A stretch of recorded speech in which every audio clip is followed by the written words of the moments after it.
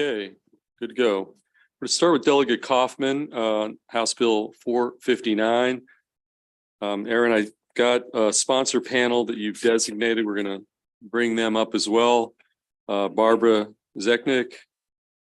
Is Carrie Wilson here as well? Or okay, Carrie, why don't you come up?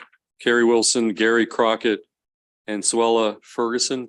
Those are the three designated sponsor panelists to join Delegate Kaufman at the table.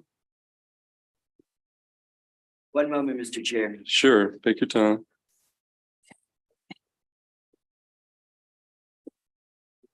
And we're on House Bill 459.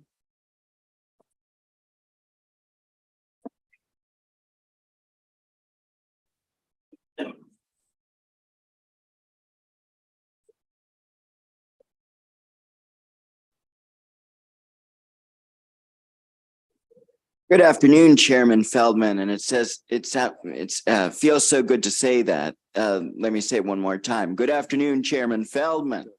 My name is Delegate Aaron Kaufman, and I'm here to present on House Bill 459. And my intern Liam is in the front row, and I want to thank him for all his preparations for the hearing today.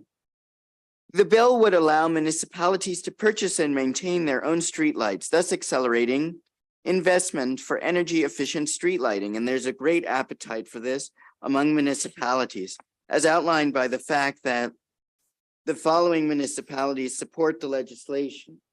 The City of Gaithersburg, the City of Bladensburg, the Prince George's County Municipal Association, District Heights, Laurel, College Park, the Frederick County Government, Mount Rainier, the City of Rockville, the Town of Kensington, Chevy Chase Village, the Town of Chevy Chase, and the Metropolitan Washington Council of Governments.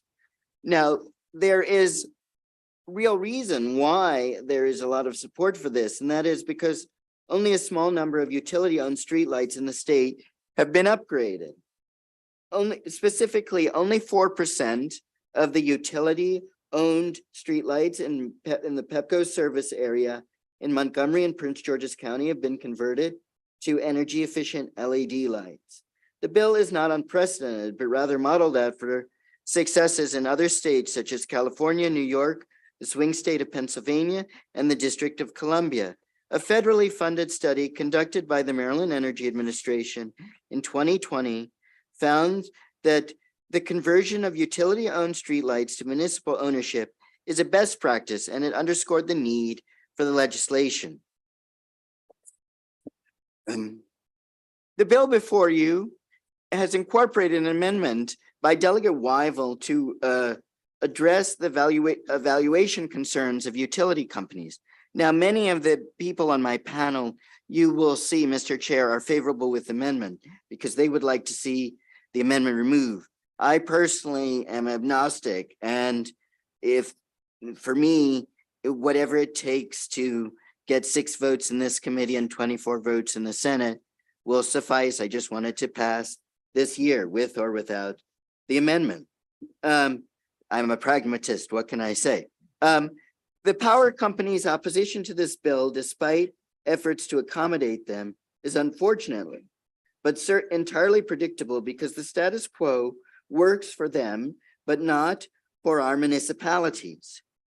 Pepco continues to ask for more time to work this out with the PSC, but this is the same argument Pepco made to the ECM, to the Economic Matters Committee in 2020 and 2022, delay, delay, delay. The problem with Pepco's argument is deeper. As an Attorney General's opinion that I linked to in my written testimony, and I invite you to refer to footnote 2 in that opinion, and I also have a copy I'll leave for the committee, says that the PSC, in their view, does not have the authority to resolve disputes over the value of utility-owned lights. And again, that's in footnote 2. And then there's also a good summary statement on page 3 of the opinion. Together, we can achieve greater energy efficiency and empower our municipalities with greater autonomy. So thank you very much, Mr. Chair, and I'll gladly answer any questions at the conclusion of my panel. I did want to say that I did reach out in advance of this hearing to all 11 members of the committee in an attempt to address your questions. Okay, thank you, Delegate Kaufman. We'll go to the panel and then we'll take questions. Delegate Kaufman, do you have a sequence that you prefer? Yes, why don't we have Carrie go first, please? Okay. So why don't you And tell us your name, and then each of you has 2 minutes. And Okay. Yeah, just very briefly, I invite you to look at Mr. Woodbury's written testimony too. okay. Go ahead. Correct. Good afternoon. My name is Kerry Wilson. I'm a founding partner and managing director of Realtrum Energy. That's a division of Realtrum Global, headquartered here in Annapolis. Realtrum Global is an infrastructure developer and manager of assets totaling about $12 billion around the globe. But my company, Realtrum Energy, was formed in 2013. To date, we've upgraded approximately 350,000 streetlights and installed smart controls in most of those, and over 350 communities across North America, making us one of the largest streetlight integrators in the country. The number of utilities, whether IOUs, MOUs, or co-ops that we've worked with over the past 10 years, numbers about 75. So we're very familiar with this subject and the parties to these projects. First of all, LED technology greatly reduces the electricity cost to all of our clients, usually 65 to 75%. This is huge to a municipality, as the street lighting bill is often the single largest electrical expense they undertake, usually between 30 and 40% of their monthly costs. Second, because of the failure rate, so far, this technology is around 1% per year over a projected useful lifespan of about 20 years. So maintenance requirements and associated costs fall dramatically once the LEDs are installed. This is significant compared to the antiquated technologies that are currently in place, which contain bulbs that regularly burn out every 4 to 5 years, which equates to an annual failure rate of 20 to 25%. So we strongly support HB 059, which allows but in no way requires municipal and county users, should they so elect, to purchase the utility-owned streetlights and perform the upgrade themselves, allowing for proper streetlight design to maximize the economic and environmental efficiency of this technology by minimizing the electrical consumption of the new streetlights. In our experience, utility upgrades do not make the effort to properly design the replacement LED fixtures to minimize the electrical consumption. And this is where the municipal or county user of the lights can ensure that this technology is optimized to minimize ongoing costs. Our philosophy is, if the lights are going to be up there for 20 years, it makes sense to squeeze all the potential savings out of the technologies that you can, and putting up the right levels for each application for the lowest possible wattage. Again, this additional effort, proper lighting. Okay, we're going to go fast. I'm going to draw your attention, if I may, to what's on your screens. It's a graph we put together. If that can be called up. Okay, we have done 70 buybacks in the states of Massachusetts, Connecticut, New York, and Maine. 70 that we've been involved in. Hundreds have been done under existing legislation in those states, all of which have net book value as the valuation criteria, by the way.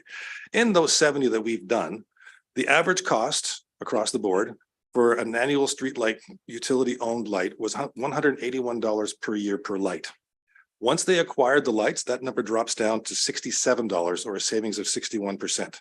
The average energy consumption drops between 52 and 82%. The average payback is 4.1 years. 4.18 years. This is a significant savings on behalf of once they take control of that ownership. Okay, thank you, Mr. Wilson. Be happy to answer questions after. Absolutely. Okay, we'll next go to Mr. Crockett. Yes. And again, 2 minutes. Thank you.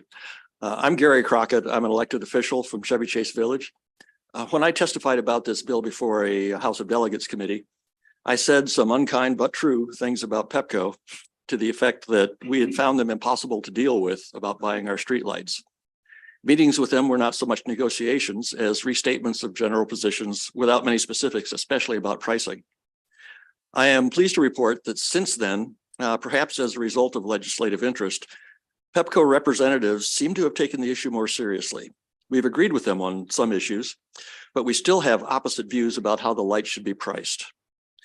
We think that the transaction should be neither a windfall nor a hardship for Pepco, so lights should be priced at net book value. The bill was originally drafted to require that. The bill was amended to replace net book value with fair market value. That is a strange phrase because its description in the amendment has nothing to do with fairness or markets. A more accurate phrase would be Pepco accounting convenience value. Their accounting treats all streetlights as one single asset within which a light that's been there since the Truman administration is identical to one that was installed yesterday. This is an accounting fiction. It's allowed for depreciation purposes, but it's still a fiction.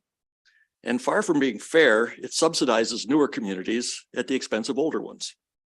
We are in Chevy Chase Village, an old municipality, and we have lots of old lights.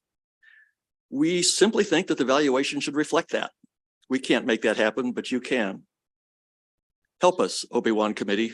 You're our only hope. Please issue a favorable report on this bill as originally drafted. Okay. Thank you, Mr. Crockett. Ms. Ferguson. Thank you. It's a pleasure to be here today. I am I an can't attorney. Put the mic close. Okay. Yeah, there you go. Thank you. I'm an attorney who represents municipalities. I am not a rate attorney or a tariff attorney, but I have been appearing on behalf of Chevy Chase Village and a number of other municipalities for months now in front of the PSC. And this all started as a result of a tariff filing that Pepco made, and it was finally following the directions of the PSC to file a tariff for municipal owned lights. But we knew from dealing with Pepco and with other utilities that there are a lot of things that were not taken up in this hearing on the tariff that needed to be taken up, such as pole attachment agreements, sales agreements, all sorts of things that can get in the way of actually transferring the lights. So we participated. This is a very unusual thing because this is a very steep learning curve for municipalities to be able to address the Public Service Commission in a way that is valuable. I have seen the opposition letters from the industry. Their claim is that fair market value can be determined at the PSC.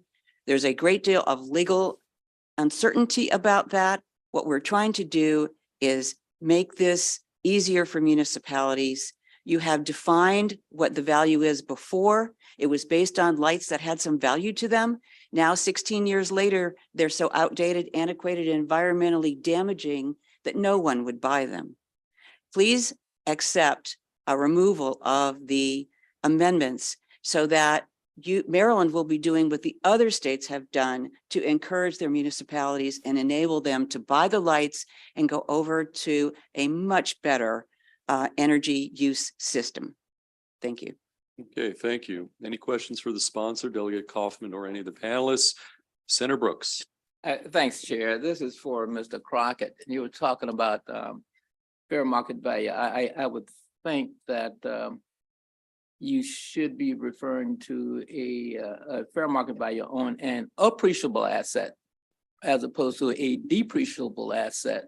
What would be your comment on that? Well, again, we don't like the term fair market value. It makes no sense in this case. There's no market. There's only one possible buyer, only one possible seller. So the whole thing ought to be a simple look in the books. What is the depreciated value of this light in your books? Pepco tells us that they don't work that way, and so they've suggested that we just treat all these things as identical, and which makes no sense. Right, and I would think that you would take historical costs less depreciation, and that'll give you a book value, and Yes. and then that would be That's the way I thought every company would do it, but it turns out the utilities are allowed to keep their take some shortcuts. Now, I'm not suggesting that these shortcuts are in any way shady. I mean, they're allowed to do this, but they are shortcuts. And once in a while, the savings that you get from shortcuts may be offset by some extra work you have to do when your shortcut doesn't fit the situation. And that's exactly what's happened here. Considering all lights to be identical doesn't give you fair anything, much less fair market value. okay. Thanks, Chair. Okay, Senator Watson. Thank you, Mr. Chair. So I'm just reading some of the opposition. So didn't the PSC convene a group of stakeholders for recommendations, and we're expecting those recommendations to be completed April 7th?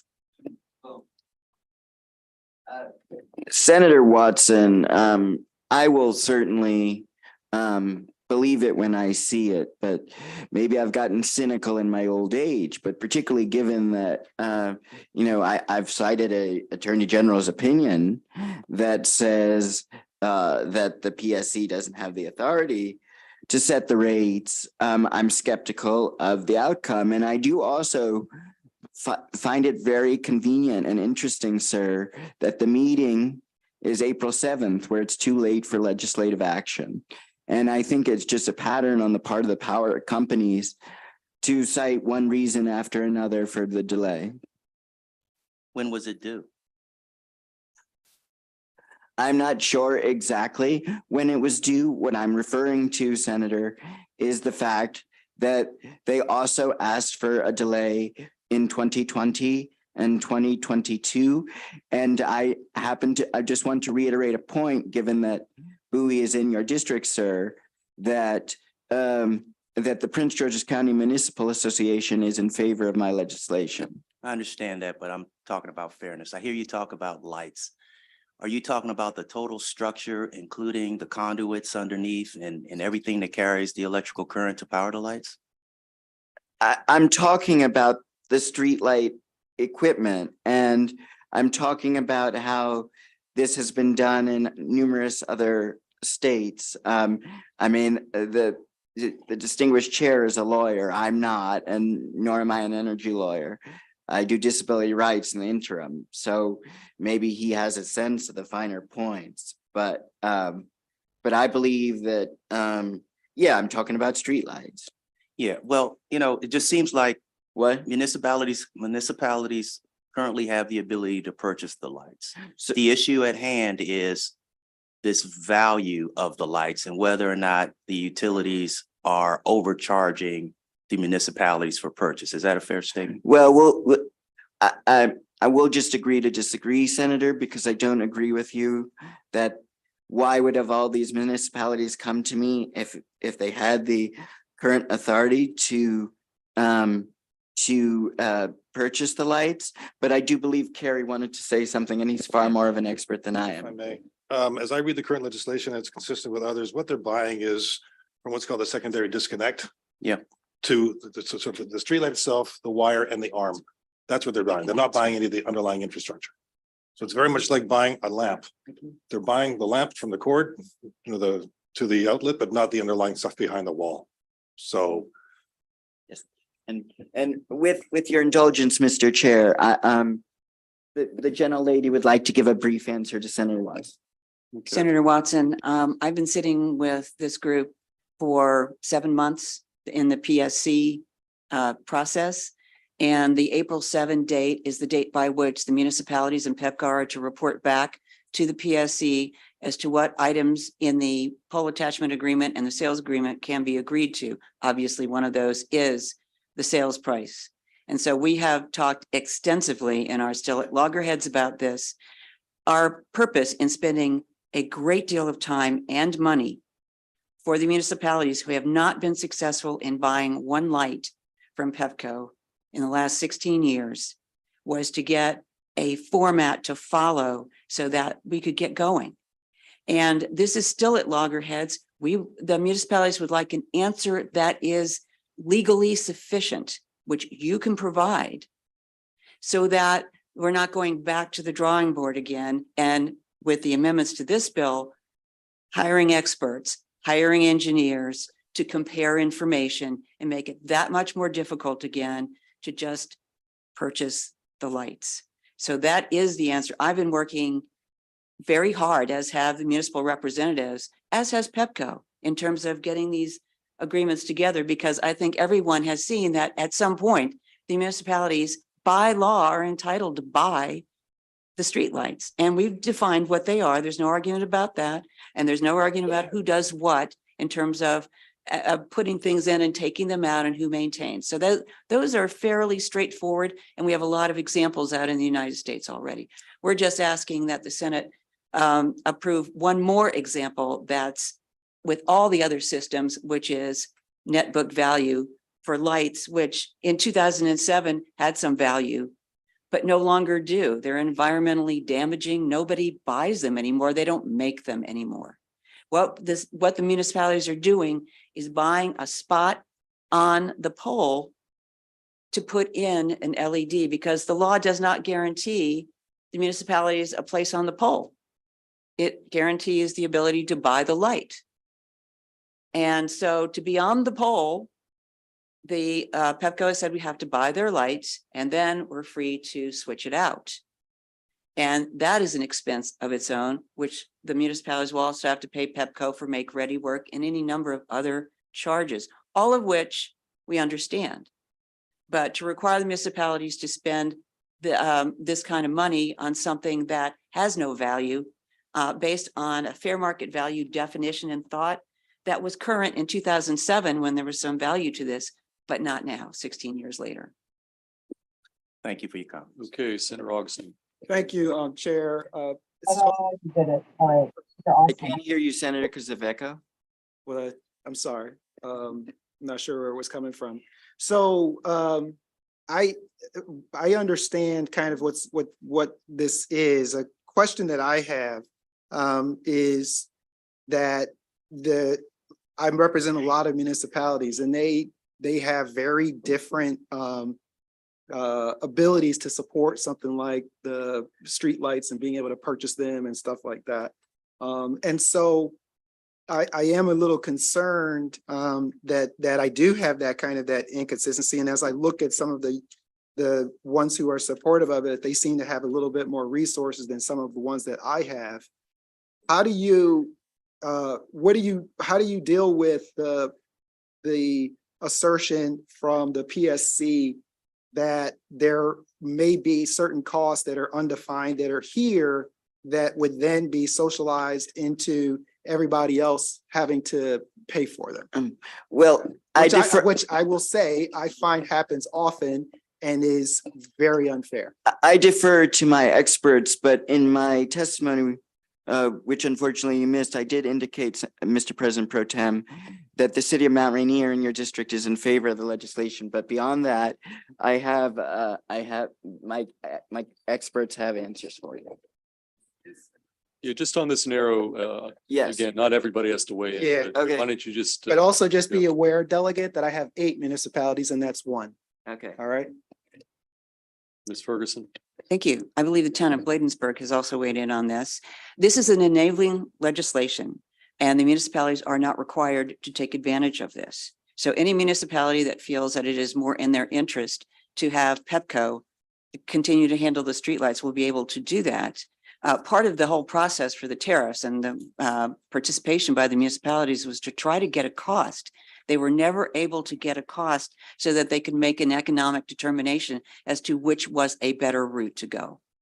And so that's, I think your municipalities who decide that they wish to stay with Pepco can do that. This is only enabling, it's not a requirement. What of the socialized costs for those who are not a part of it, which was my question. The socialized costs, we have been trying to nail down what the costs are through this negotiation that we've been having. And I think we're pretty far along in doing that. Socialized cost for replacement of a light, from my understanding, and maybe at the other end of the table, I can say this better, is already planned into the rates that have already been paid over time for the replacement of lights. Would you like to? Very briefly. Okay, just one final, not everybody has to weigh in. I have a understand question. very quickly. That is my experience that in the current rate, those socialized costs are included. That's other jurisdictions other than Maryland. Any additional questions for either the sponsor or any of the panelists? Okay, thank you. Just very briefly, Yeah. Mr. Chairman, this passed on a bipartisan vote in the House, and I thought that was important for everyone to know. Okay, thank you, Delegate Kaufman. Oh, we've got Senator Hester. I'm sorry. Senator Hester. Thank you, Mr. Chair. I'm sorry I missed the first part, but I walked in right when they were saying something about 16 years. And I guess my question is, why has it taken 16 years? It You- was you go. extremely difficult to work with Pepco to have any understanding of what a cost would be. The first response that a number of the municipalities got was, well, first we're going to charge you an engineering fee to go up on each of the poles and tell you what's there because we don't know. Thank you. Okay, any additional questions? Okay, thank you for your testimony. We have one additional in-person favorable with amendment testimony. Teresa Hessler, I see you, why don't you and then after that, we've got some virtual witnesses, both several favorable virtual witnesses, then we'll go to unfavorable. So Ms. Hessler, why don't you, when you get up there, you will have 2 minutes and you're signed up favorable with amendments. Oh, and I'm leaving the opinion here from the Attorney General for the staff. Good afternoon, Mr. Chair and members of the committee. For the record, my name is Teresa Hessler, and I'm here representing the city of Gaithersburg in support of House Bill 459 and ask that it be amended to the original version as introduced in the House. And I also would like to thank Delegate Kaufman and his team for their efforts on this issue. As originally drafted, this legislation would strengthen the Maryland law enacted in 2007, as you just heard, creating a clear, fair, and efficient process for local governments to purchase existing streetlights and assume responsibility for maintaining and upgrading this equipment if they so choose. Quality street lighting is a major public safety, environmental, and financial concern for local governments, and currently local governments have insufficient control over the quality of lighting, and utility companies have insufficient incentives to provide high quality maintenance and efficient fixtures. Not only is the maintenance inadequate, but current law lacks a defined formula for the purchase of utility-owned streetlights, making it difficult to agree on the price. As originally drafted, House Bill 459 would allow Gaithersburg and other municipalities to pay fair market value to acquire streetlights, install low energy bulbs, switch to customer-owned street lighting tariffs, and maintain these units as needed. It is for these reasons that we ask the committee to move this bill favorable by amending it back to the original House version. Thank you. Okay, thank you. Any questions for the witness, Ms. Hess? Okay, seeing none, we're gonna next go to a few virtual favorable witnesses, then we'll go to the unfavorable. So I'm gonna call George Woodbury, Ms. Woodbury. Well, that's John Compton, wrong guy. Okay, Mr. Woodbury, you've got 2 minutes and you're signed up favorable with amendments. That's correct. My name is George Woodbury, and I'm probably one of the leading experts in the nation on municipal takeover of streetlights, having written the first legislation in 1996, subsequent legislation in several other states. And over the course of 23 years, I've helped over 150 communities take advantage of this legislation and take control of their streetlights. Most importantly, this bill does not force any community to do anything they don't want to do. In regards to the socialization of costs, in the 23 years I've been doing that, I've seen no instance where there were socialized costs that were passed on to other communities in answer to one of the questions that was asked. What this bill does, as it's defined, is it clarifies the process, establishes the necessary procedures, and it eliminates the various things that the utility has used to stymie this in the past. It also provides communities with a wider choice of the types of lights they want, what they want to do with their lights, and how they want to light their streets at a substantially lower cost. In New England, 140 communities have taken ownership of their streetlights, and these communities are seeing a combined savings of over $100 million a year, and they've reduced their energy footprint by 500 million kilowatt hours. The Weibel Amendment introduces the idea of fair market value. The FERC does not have any such thing as fair market value. They don't define it.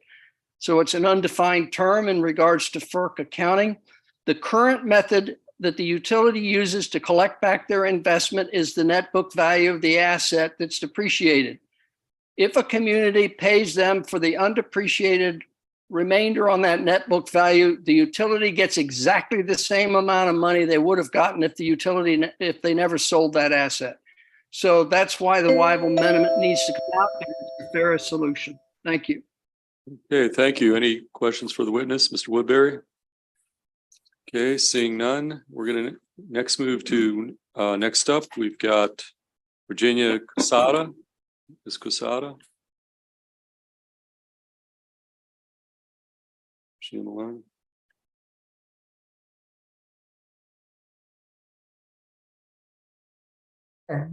There I go. Ha. Okay, Well, we found you. You're, I have a picture. Let's see where it Okay. comes. It says unable to start the video. All right, start my video. All here right. you are. Okay, you've got 2 minutes. All right, hold on. Okay. To the Honorable Chair, Brian Feldman, to the Honorable Vice Chair, Cheryl Kagan, and Senators. I am Virginia Casada. I'm the Chair of the Lighting Committee in the town of Washington Grove, Maryland. We have about 110 streetlights. We are on the National Register of Historic Places, and our lighting is listed as a historic feature. But we don't own our streetlights. Our streetlights are owned by Pepco, and we've been trying to buy our historic streetlights. Let's talk about inventory. Pepco says they do not have specific records about their individual streetlight assets in each municipality. However, they had those records in 2012. Did they just go away? Because Pepco denies that they have specific asset details on their streetlights, they want municipalities to pay for field surveys costing $50 to $100 each per light to determine what the detail is on each of these streetlights that are Pepco's assets. Additionally, Pepco also wants to value the streetlights on a plant-based accounting system of their entire inventory. Plant-wide accounting is not fair value for 70-year-old streetlights. Only 4% of Pepco's 65,000 streetlights have been upgraded. This is a terrible waste of money and energy. HB 459, as originally introduced, followed a very fair and proven process for municipal streetlight ownership in the United States. Unfortunately, HB 459 was amended to include prohibitive provisions. We need your help to pass HB 459 with amendments. Please pass this bill as it was originally presented in the House. Thank you. Okay, thank you. Any questions for the witness? Okay, seeing none, we have one final witness, a virtual witness, and then we're going to go to a panel of unfavorables. John Compton, also from town of Washington Grove. Mr. Compton, I know you're there. We saw you earlier. There you go. John, you've got 2 minutes. Thank you, Mr. Feldman. I'm the mayor of Washington Grove, and I'm here to support passage of HB 059 with amendment, as you have heard from the original proponents, and that is to restore the original language concerning value. The statewide conversion of streetlights, as you've heard, to the material benefits of LED technology has barely started, yet dozens of communities in other states have purchased their lights and have already realized substantial reduction in energy usage and savings by such conversions. In our region, no Maryland municipality has purchased their lights since the enabling legislation in 2007. In the case of Pepco, which serves Washington Grove, the utility's proposed process and cost to municipalities has entirely discouraged actual purchase. Last year, the PSC directed discussions with municipalities in which Washington Grove has actively participated and have now concluded, has resulted, unfortunately, in what will prove to be unsatisfactory resolution of the critical cost issues without further direction from the General Assembly, which is what this bill is principally about. As originally introduced in the House, it was intended to facilitate conversion and would have done so. It would likely have resulted in improved lighting, savings in electricity consumption, and reduction in local taxpayer expense by municipal purchase. Unfortunately, the bill has come to the Senate with this amended language that restores the ability of electric utilities to impose prices and conditions that will continue to make municipal ownership of streetlights economically unfeasible. The town of Washington Grove therefore urges the Senate to restore the original wording of HB 459, specifically regarding the use of net book value, rather to establish costs to municipalities. Thank you. Okay, thank you. Any questions for Mr. Compton? Okay, seeing none, we're going to next move to a panel of unfavorables. I'm going to call you up to the table. John Quinn, Katie Lanzarato, Dave Schatz, and Stuart Page. So why don't you all, each of you come up. I called 4 people, 3 are here. I'm not sure. Yeah, Support. I say, Dave Schatz is unfortunately not feeling well this morning, so Very he won't good. be joining us. Okay, okay, who wants to start? Okay, why don't you tell us your name, and each of you has 2 minutes. Thank you. Good afternoon, Mr. Chair, Vice Chair Kagan, members of the committee. My name is Katie Lanzarato, here on behalf of Pepco and Delmarva Power. You have our written testimony, but I'll reiterate that the genesis of this bill is to address the method by which a utility determines fair market value for the sale of streetlight assets to municipalities. I'll note that counties and municipalities already have the right to purchase street lighting equipment from utilities under existing law, and that's 1-1309 of the local government article. Since the bill was last before the General Assembly, Pepco has been working diligently with the interested parties behind me regarding streetlight ownership as part of a proceeding at the Public Service Commission, which was initiated by the proponents of this bill.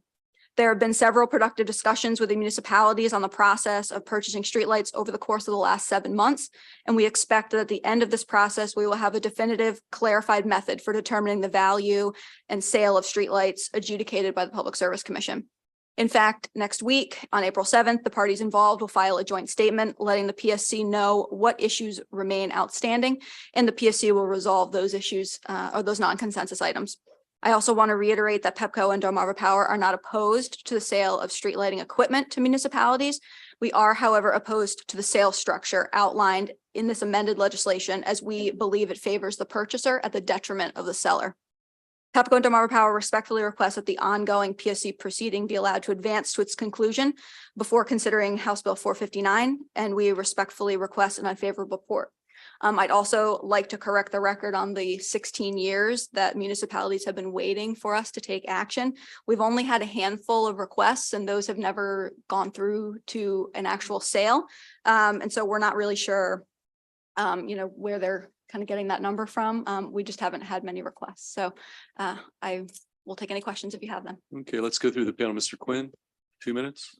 Mr. Chairman, members of the committee, John Quinn from Baltimore Gas and Electric Company, here to express opposition to House Bill 459. You have my written comments in hand, and our comments essentially mirror those of my colleague that you just spoke. One thing I'd like to mention is that 70% of BGE's owned streetlights, the ones we own, have been converted to LEDs, and only 30% of the municipality owned lamps have been converted. So I just want to make sure that people know there is progress. I have brought along Mr. Stuart Page. He's a manager in our lighting group. He is not a registered lobbyist. I've asked him to come along to answer any operational questions you might have. And he has no testimony. Okay, any questions for any of the panelists? Senator Brooks. Thanks, Chair. Mr. Quinn. Yes, I'm reading your testimony. You say BGE is not opposed to the sale of street lighting equipment, but you want to sell it at a fair market value. Now, would you say that how would you characterize the fair market value? How do you come up with that? Oh, it just goes to my point that there's a process in place that's dealing with that to try to enumerate it. They've been meeting since October. I would have referred to accounting types to work out the exact details and, through that process. That's why we're supportive of that process and see what comes out of the Pepco proceeding to identify that. Okay, because on a normal situation, we would think it would be cost. That's depreciation. What's the depreciable period of a street light? Well, this is absolutely not my expertise, but I'll say that they didn't just get put in and sit there for all these years. Right. We maintain them, we upgrade them. I just gave you an example of our LED changes. 70% have been upgraded to LED, so it's not the original price. The value of those is not. There's been some improvements, is what you're saying? Yes, sir. Okay, all right, yeah, because I just looked it up. They said a normal depreciation period for a street light is about 7 years. So if you were to, if it exceeded 7 years and you've done your depreciation, anything over and above, if you were to sell it at a fair market value, then you're going to do what they have called recapture. That's going to be something like a capital gain to you. So you guys, the utility going to be paying additional taxes because you're making a gain on that asset. And for me, Senator Brooks 101 accounting would be useful. Oh, okay. I got you. Thanks, Chair. Okay. Any additional questions? We got Senator Lewis Young. Thank you very much, Mr. Chair. I apologize. I came in late, but and I apologize if this has come up before. I'm a little bit confused about whether or not the PSC has the authority to resolve disputes over the value of the lights. It's our understanding that they do. A lot of this is set in rates and the way we do valuation, that's over the purview of the Public Service Commission. And so we do believe that they could weigh in on this and make a determination. Thank you.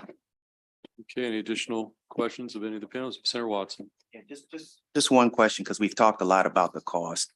And because this panel is opposed, give me a street light in any city, what you all think it is worth and what the municipality thinks it's worth. I'd love to hear what that delta is that seems to be squabbling over. It's my understanding, and this may also be a better question for the municipalities of what they think the lights should cost. But if the way they describe it as net book value less depreciation, in our minds, that would be $0, since they believe the lights have fully depreciated. And to Mr. Quinn's point, we've been doing maintenance on these lights. So it'd be the equivalent of if you bought your home, say for $200,000, right? And you did some renovations and now you've built equity into your home. It's now would be valued at a higher price. So we're asking that the maintenance costs that we've incurred over time, new equipment has been put onto those lights, and it's not the original equipment that depreciated from when we originally installed it. We're just asking that those costs be factored in as part of the assessment of the asset. Recoup some cost, in other words. I believe so, yes. Okay, thank you. Okay, Senator Brooks. Yeah, thanks, Gary. But Ms. Katie, but you said maintenance costs, but don't you expense maintenance? You get to write that off. That's not I'm not familiar with, that's just not my area of expertise, but I could find out for you. I'm not sure if we expense it or not. Yeah, if it's We do. you Maintenance, do. maintenance is expensed. Yeah. Correct. Okay, yeah. To Thank retain, you. to maintain an asset, correct. Yeah, thank you very But much. there've been upgrades. Okay, any additional questions of this panel? Okay, seeing none, that concludes bill hearing on House Bill 459. We're going to next go to Delegate Charkoudian. We're going to go to House Bill 323. And we've got sponsor panelists, Cindy Carter, David Lapp, our Office of People's Counsel, if he's here, and then Delegate Charkoudian, I do see the Secretary of Human Resources, Rafael Lopez, if he can come up here as well. Those are all the witnesses on this bill. So, and Delegate Charkoudian, you can take all the time you need to present the bill, but each of the rest of you will get 2 minutes each. Great. Thank you, Mr. Chair, Madam Vice Chair, committee members. For the record, Delegate Lori Charkoudian here asking for a favorable report on House Bill 323, which I want to actually give a quick shout out to Senator Augustine, who technically cross-filed this bill, but we cross-filed it as a jointly with another bill, and it went to finance and got separated out. So I'll just volunteer you to continue to answer questions after I'm gone. But both Senator Augustine and I have actually done a lot of work over the last several years to make energy assistance more accessible to folks. And in the process of serving on a committee that was created out of one of the bills that was passed out of the General Assembly a couple of years ago, both Senator Augustine and I have been appalled at how difficult it is for people who are eligible for energy assistance to actually get enrolled. And in fact, what we found out at some point in, I think it was October, after engaging in this task force for a while, is that something like 60 or 70% of people who start the online process to get energy assistance abandon it. And so I want you to think about what that means. What that means is somebody needs help paying their bill enough that they pulled up the application on their computer. They tried to start pulling together all the documents. They tried to start uploading the documents. That there was this need, and they started this process, and that process was so frustrating that they said, never mind, I'm not going to do that process. Instead, I'm going to buy less in groceries. Instead, I'm going to split my pills and take less medication because I can't afford that if I've got to pay the utilities. This is colossal implications for people's lives that they can't access this service that's so important. And it is our responsibility as lawmakers to make sure that everybody who's eligible for energy assistance receives energy assistance. And that's the bottom line. And so the way that this bill does that is using categorical eligibility. It streamlines the eligibility between SNAP and OHEP, which requires an adjustment of from 175 to 200% for people under 65, already was for people over 65 in terms of the eligibility. And then it automatically enrolls people who receive SNAP benefits into energy assistance. So that's the bottom line of what this does. And it makes really no sense to ask the same people who need the same set of supports to fill out applications, the same application with the same scanning of social security cards and the same scanning of leases and the same scanning of expenses over and over and over again. And frankly, it's inefficient for the government, right? This is ultimately, it will save us administrative costs once the system gets set up. So that's what this bill does. I do want to highlight a couple things, and I think folks on my panel will clarify this. And I'm really grateful to the secretary, who's been a pleasure to work with so far, and really looking forward to the next 8 years working with him on these issues. But one of the things that I want to highlight is there was a little bit of, I would say, maybe confusion in the fiscal note. It does appear that there is a fiscal note associated with this, and that reflects sort of a lack of understanding of the way that the budget for energy assistance works. And so the way it works is there's a pot, and it's divided amongst everyone who is eligible and gets it. And that's how the amount that everyone gets is assessed. And so while the amount has been very high, artificially high in the last few years, because it's been so hard to access, the fiscal note process sort of took that high amount and multiplied it by the number of people who would then be eligible under this bill. Whereas in fact, what will happen is the total budget will still be the total budget, and it'll be divided amongst everybody who is now eligible. Now, one last piece of good news, which is that a huge amount of this budget comes from RGGI.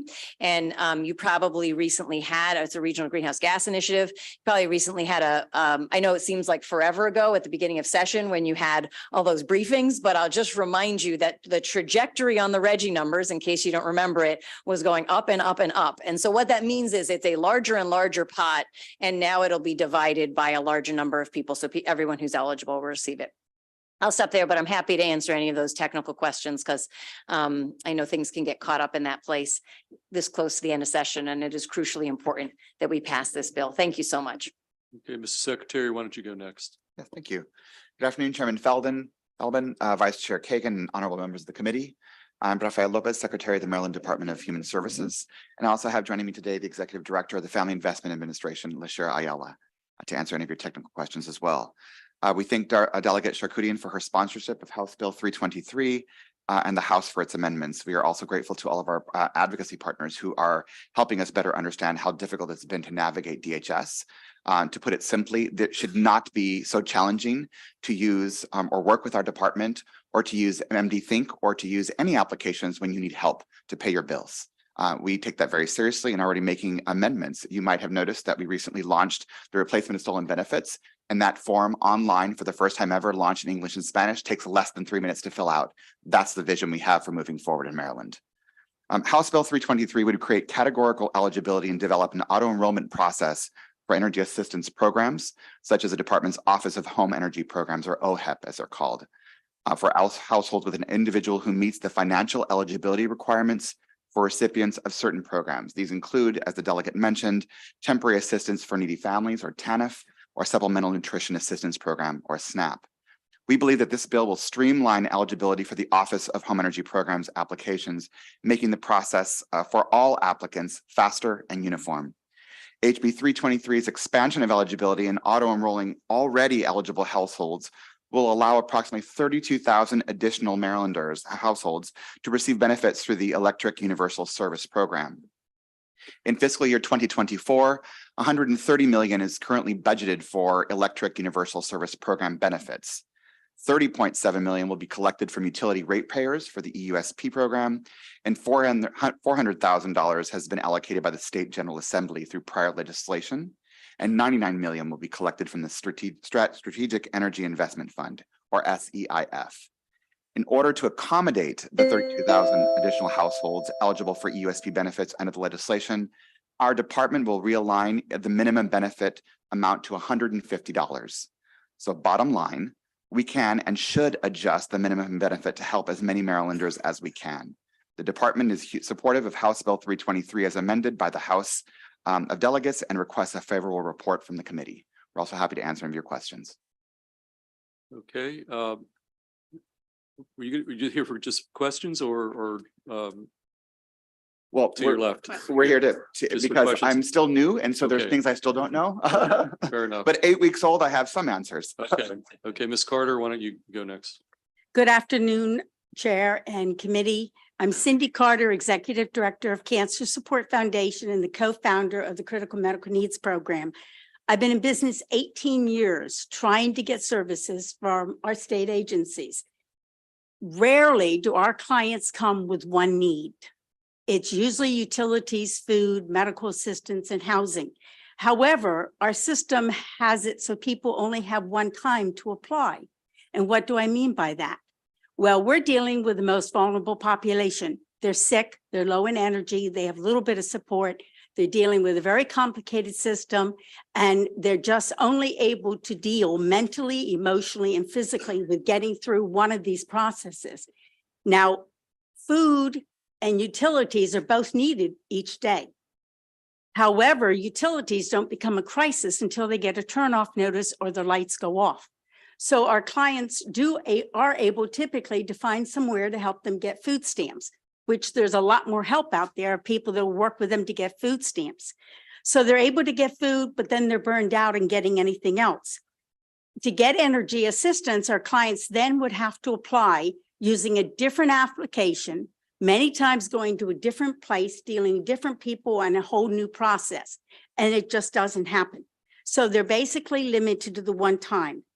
This system would now provide with this bill, House Bill 323, would now allow our clients to have both food and electricity to keep the power on to cook their food, keep the food, and keep them safe in their home.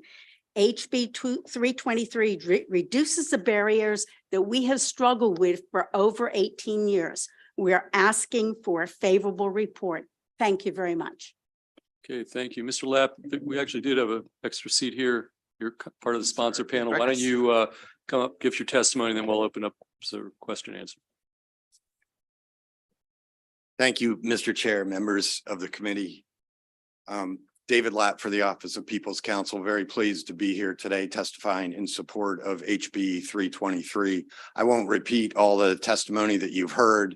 We think this bill is really important. Our office works on a daily basis to help people file these applications. It's not an easy task, and this is sort of a no-brainer. This is the same documentation is needed for other agencies. This is an easy fix.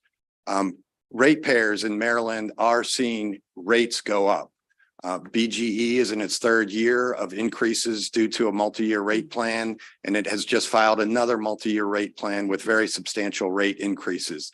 PEPCO rates are going up next week. As a result, it's going into its third year of its multi-year rate plan. This is something we need for customers as they are feeling the effects of these rate increases, and also because of inflation. Inflation is driving energy prices higher than other prices, than average prices. So this is something that we need, and we would ask for a favorable report. Thank you. Okay, Senator Augustine, and then we'll go to Senator Carrozza next. Thank you, Chair.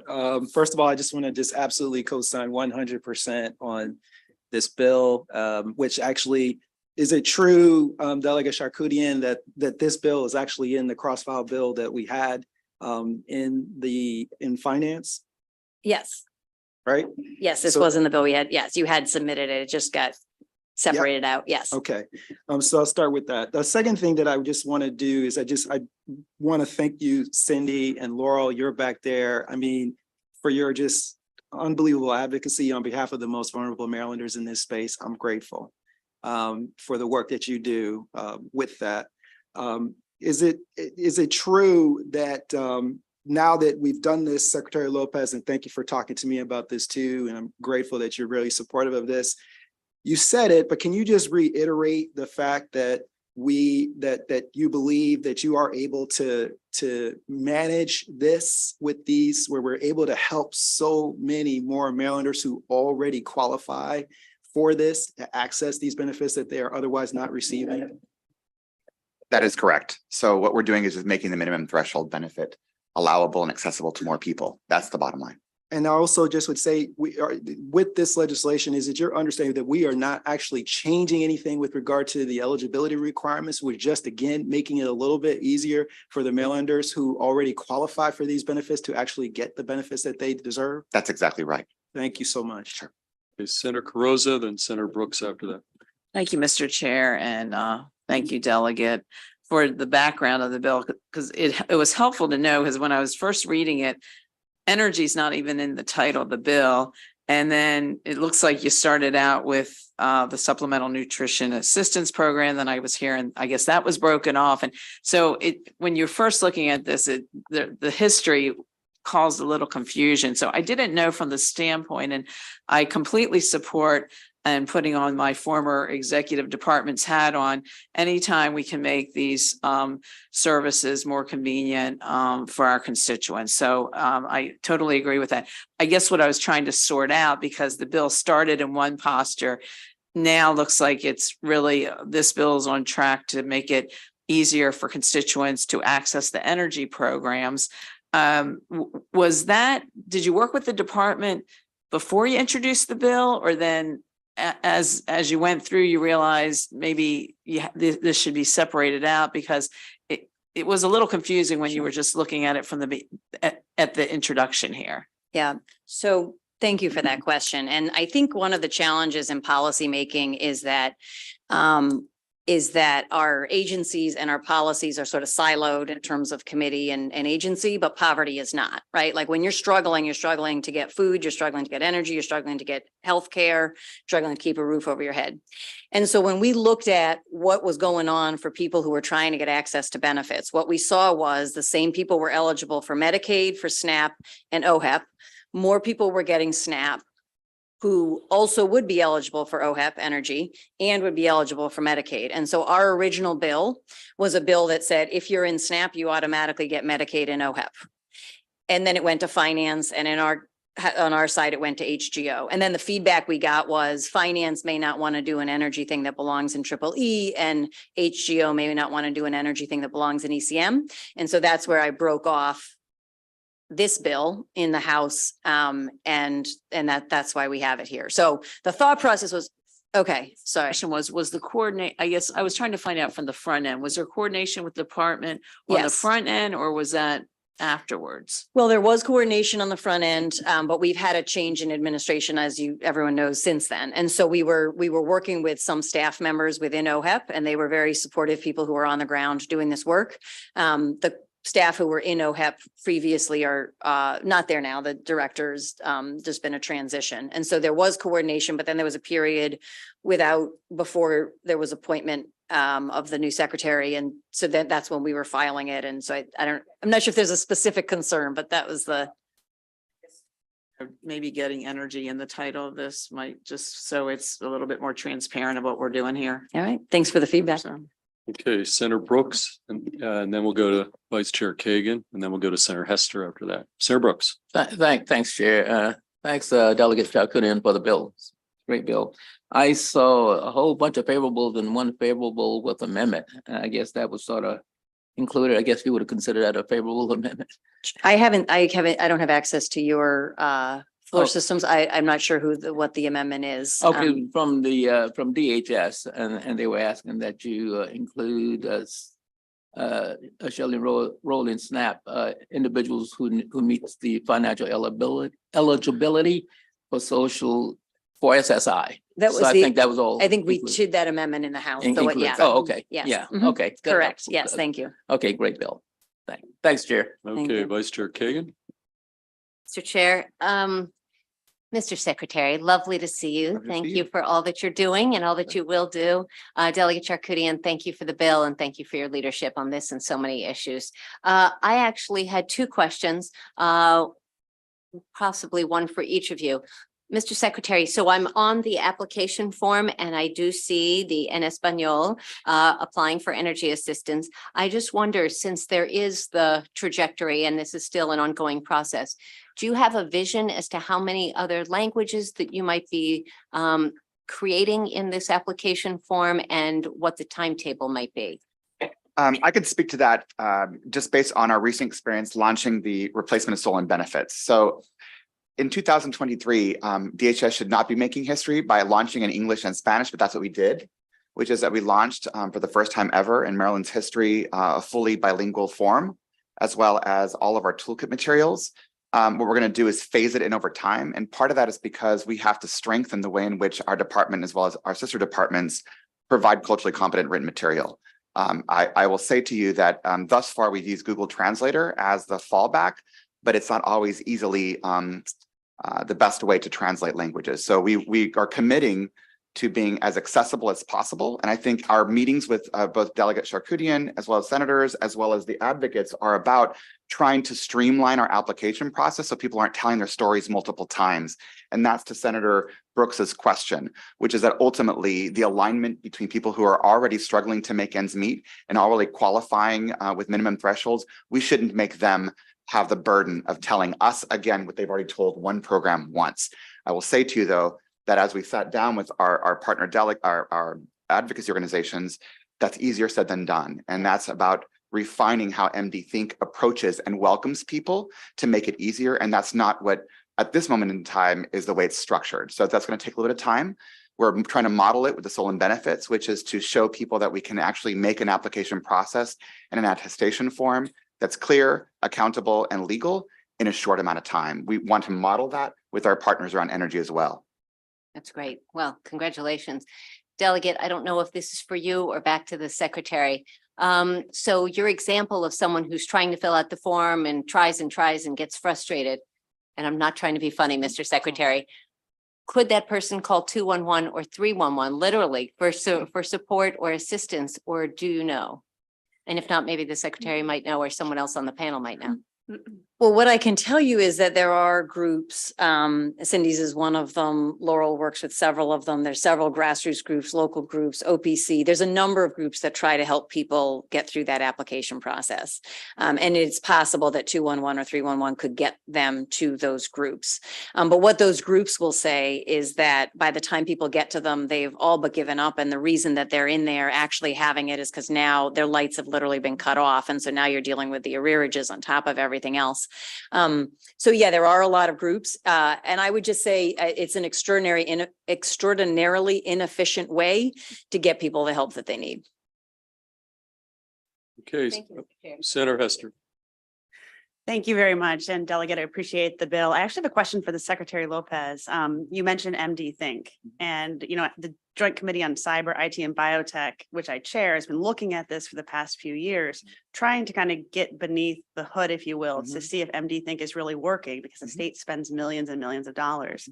So my question is the technology part of the problem? Like, I mean, nothing against the bill, but like, is the technology part of the problem? And as a follow-up to that, would you be willing to work with me on the interim to really understand what's going on with MD Think?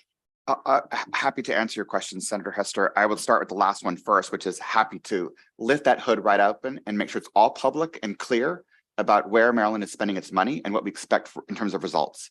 Our administration has had to dive into Maryland Think immediately to make sure we are course correcting and making things work as quickly as possible. I would say on the technology side, we are understanding that we are using cutting edge technology that is working. What is not is the implementation and design and how people are interfaced with our programs. So for example, that is a philosophical difference. We intend to say when you are having a hard time, our posture should be, we're sorry you're having a time, let's help you figure that out. It shouldn't be warning, you might be lying. You could go to jail if you fill this form out wrong. That is right now what I've seen. So that also means that we should not digitize bad processes in government and simply use technology to make bad processes more efficient. That is not an MD Think technology issue. That is a philosophical issue. So the way in which we should engage our systems when we need to give help to people is to say, I'm happy to figure that out with you. I'm happy to sit down with you and figure that out. That's the issue that we're finding with energy. One of the commitments we made to the advocacy community and to others is that all this data that we store is not private data. We intend to place that up on our DHS's website and say, here's what's happening over the arc of this. Here's why applications are going down or up so that it's not a secret. That's not been the posture. And so I think that's a significant difference around the way we have been acting 9 weeks ago and the way we're acting now, which is to make clear, transparent, and accountable every dollar, every result, every vendor contract. And happy to work with you on this. Okay, any additional questions for the panel? Okay, seeing none, that concludes the bill hearing on House Bill 323. And thank you. And Delegate Charkoudian, you do have a second bill. I do, yeah. Can we hear that next? Yeah, well, let's get your, and then we'll go to some of the folks right there in the front row that have been patiently waiting here. So we're going to next move to House Bill 1186, and I'm going to bring up Tyson Slocum, David Lapp again, and we have one favorable virtual witness after that. I think that's extending your sponsor panel. So Delegate Charkoudian, House Bill 1186. Thank you. Thank you again, Mr. Chair, Madam Vice Chair, colleagues. For the record, Delegate Lorig Charkoudian here asking for a favorable report on House Bill 1186. So I want to do a little bit of level setting and context and then talk about what the bill does. As you all know, PJM Interconnections is the 13 state organization. It is a regional transmission organization, and the policies and decisions made there help with reliability, help keep the lights on, help with an efficient wholesale market. And the decisions made at PJM have a significant impact on our ability as a state legislature to protect our consumers in terms of rates. Decisions made at PJM affect rates, and decisions made at PJM and policies that are made at PJM have the ability to affect our clean energy policies and the possibility of success of our clean energy policies. And so we're in this interesting relationship with PJM where I would argue it's overall a benefit to have a regional transmission organization, and you can look to Texas if you're wondering why. But we happen to have a very non-transparent, opaque regional transmission organization where, as state legislators, things that should be within our jurisdiction based on the Federal Power Act can essentially be overridden by decisions that are made at PJM. And some examples of that, you've heard a lot about transmission when you've talked about offshore wind, interconnection of clean energy. Those are decisions that are policies at PJM. You've heard maybe about the capacity market, and a couple of years ago about the minimum offers price rule. Those are decisions that can have a significant impact on increasing rates. Those are decisions that are made at PJM. I could go on. I won't bore you with all the details, but the bottom line is this. As a legislature, we don't have a direct voice in PJM. Companies have a direct voice in PJM.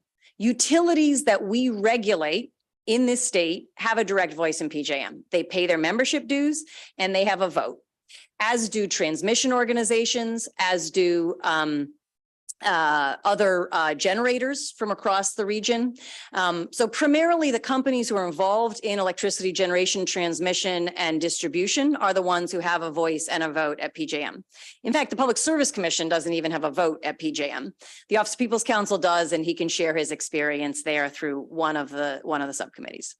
And so why does that matter? Why that matters is, given that this organization has such an impact on our ability to accomplish our goals at the state level, maximum transparency ought to be there so we can understand what decisions they're making, how they're making those decisions. So there's a lot of work that we need to do. And I've been working with, and invite anyone here who's interested in joining members of the National Conference of Environmental Legislators to engage directly with PJM. I have engaged directly with PJM on this issue. I'm engaging with FERC on this issue, and I invite others to engage on that. But there is so much to do in creating transparency that I'm asking you also to consider this bill and to move this bill forward. And this bill is a small step, but an important step in creating transparency in terms of decisions that are made at PJM. And so here's the deal. Right now at PJM, there's sort of two levels, essentially. It's a little more complicated than that, but there's a lower level of committees that discuss and decide things that will move on to the upper level of the membership committee. At that lower level, if a proposal is voted down, we would never know about it, and it would never make it to that membership committee for a formal vote where the minutes and the vote would be public. And so utilities in Maryland, and by that I mean the regulated monopolies that we have given a franchise to a monopoly for distribution and we regulate, are in those meetings voting on things that could affect ratepayers, that could affect their ability to receive rates, and we would never know how they're voting. And so what this bill does is it requires them to disclose how they're voting to the Public Service Commission and explain, because we've given them the franchise that they have, explain why the vote that they're taking there is in the public interest. And it's really that simple. And it's a small step towards transparency. It's one of many more steps that I think over time, I hope other states will join us in and will continue the process of. But it's a pretty simple bill. I have folks here who are experts on FERC and can address in particular Exelon's comments on why they think the federal laws are, that this runs afoul of those federal laws, which it doesn't. Happy to take questions after I think the rest of my panel speaks. Thank you so much. Okay, you want to go with Do you wanna- Mr. Slocum or Mr. Lapp? Why don't you go next? Okay, and Mr. I'll- Lapp? Yeah. Sure. You've got 2 minutes. Yes, thank you, Chair Feldman, Vice Chair Kagan, and members of the committee. David Lapp for Office of People's Counsel here to support this bill. More than half of the electric bills paid by Maryland Electric residential customers come from costs that flow down through PJM. Yet PJM operates largely in the dark. We don't know what policies the utilities are advancing in dozens of committees, subcommittees, task forces, and other groups, or how the utilities vote. Maryland Public Utilities have a private interest, actually a fiduciary duty to their private investors, and we can assume that they use their votes to advance those private interests. But Maryland law requires the commission to ensure the utilities act in the public interest. We participate, as the delegate said, in this PJM stakeholder process. These lower level processes are where changes to transmission planning protocols, load forecasting methods, and rules for wholesale electric markets are formed. These are where the lower level committee votes determine what moves up the ladder and what doesn't. The reports required in this bill would be very useful for the commission, for stakeholders, including legislators, to be aware of the votes these utilities make and to be able to review whether they are conforming to the public interest. I want to say this bill is not preempted. I want to be clear about that. I'm happy to elaborate. I know I'm running slow on time, but there are several preemption doctrines that would apply under the Federal Power Act, but that don't apply. And it's really an easy call in this case. Again, I'm happy to elaborate on that if you have further questions. Okay, Mr. Slocum.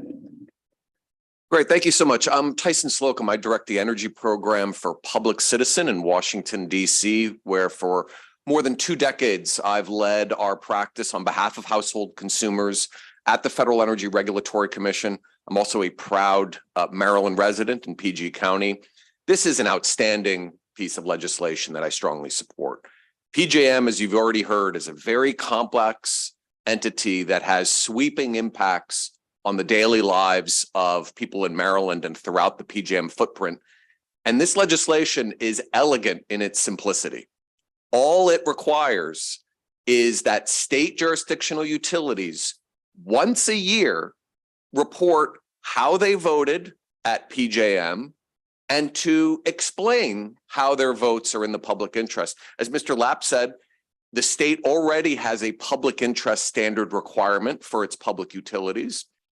And under federal law, Section 201 of the Federal Power Act says that all companies engaged in the electricity business are inherently affected with a public interest. This imposes no administrative burden on any of the state's utilities to comply with this law because they all have full-time staff dedicated to monitoring and participating in the PJM stakeholder process. And as Mr. Lapp said, there is no federal preemption issue here. This requirement is only imposing reporting requirements once a year on Maryland jurisdictional utilities. It is not requiring any disclosure from PJM or FERC jurisdictional entities. So it is clearly within the lines of what the Maryland legislature and the Public Service Commission can compel. Thank you very much. Look forward to any questions. Okay, well, let me start. I have no doubt that, the proclamation that there's no preemption. Have you considered getting any kind of a letter of advice from the Attorney General just to sort of clear the air? Because that's why we have an Office of Attorney General, because I think the utilities would come up with a different legal analysis. It would be if we had somebody neutral. If not, we're Yes, probably going to go get one. So I have, as soon as I, sorry, Mr. Yes, as soon as I got to see the letter, I requested that. So hopefully we'll have that soon. okay, questions for okay, we've got Senator Hester. Thank you. I mean, any one of you could answer this, but my question is, why aren't these votes already transparent? I mean, everything we do here, which is in the public interest, is transparent. I mean. Do you want to answer that? They should be, and they are at the highest level. And frankly, it's probably because FERC has not required it, and perhaps we will seek FERC order requiring that. So I don't know that there is an easy answer to that, but it would have to be approved. It would have to germinate through those subcommittees in order for that to happen, because that's the way PJM, rules develop. So it's hard to make that happen when you have entities like Maryland's utilities that are opposing transparency. Anything that PJM does has to then be filed at FERC and be approved by FERC. So Would that be equivalent to us having our subcommittee, like our hearings here in the dark and only our floor sessions in the light? Absolutely. yeah. And I mean, you asked the question of the secretary on the previous on MD Think, and I think I wrote it down because I thought it was very applicable here.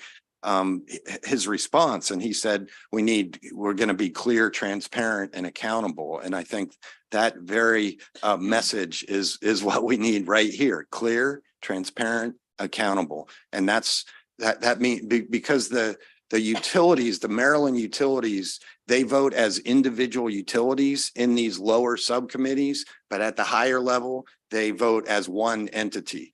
So it's these lower level committees is where we can get the visibility into what the Maryland utilities are actually advocating for and advancing within the PJM structure. And may I add something? So there's sort of this regulatory gray area. So PJM is an administrative construct of FERC. It's actually not explicitly created by statute by Congress. FERC in a 1999 order encouraged the creation of what it calls voluntary regional transmission organizations, which PJM is. And as a result, FERC actually has over the years stated that it has limited ability to involve itself in the internal governance structures of these RTOs. And in fact, I lost a case administratively at FERC dealing with another such RTO in New England that doesn't even allow the general public to attend any meetings, let alone view what votes are.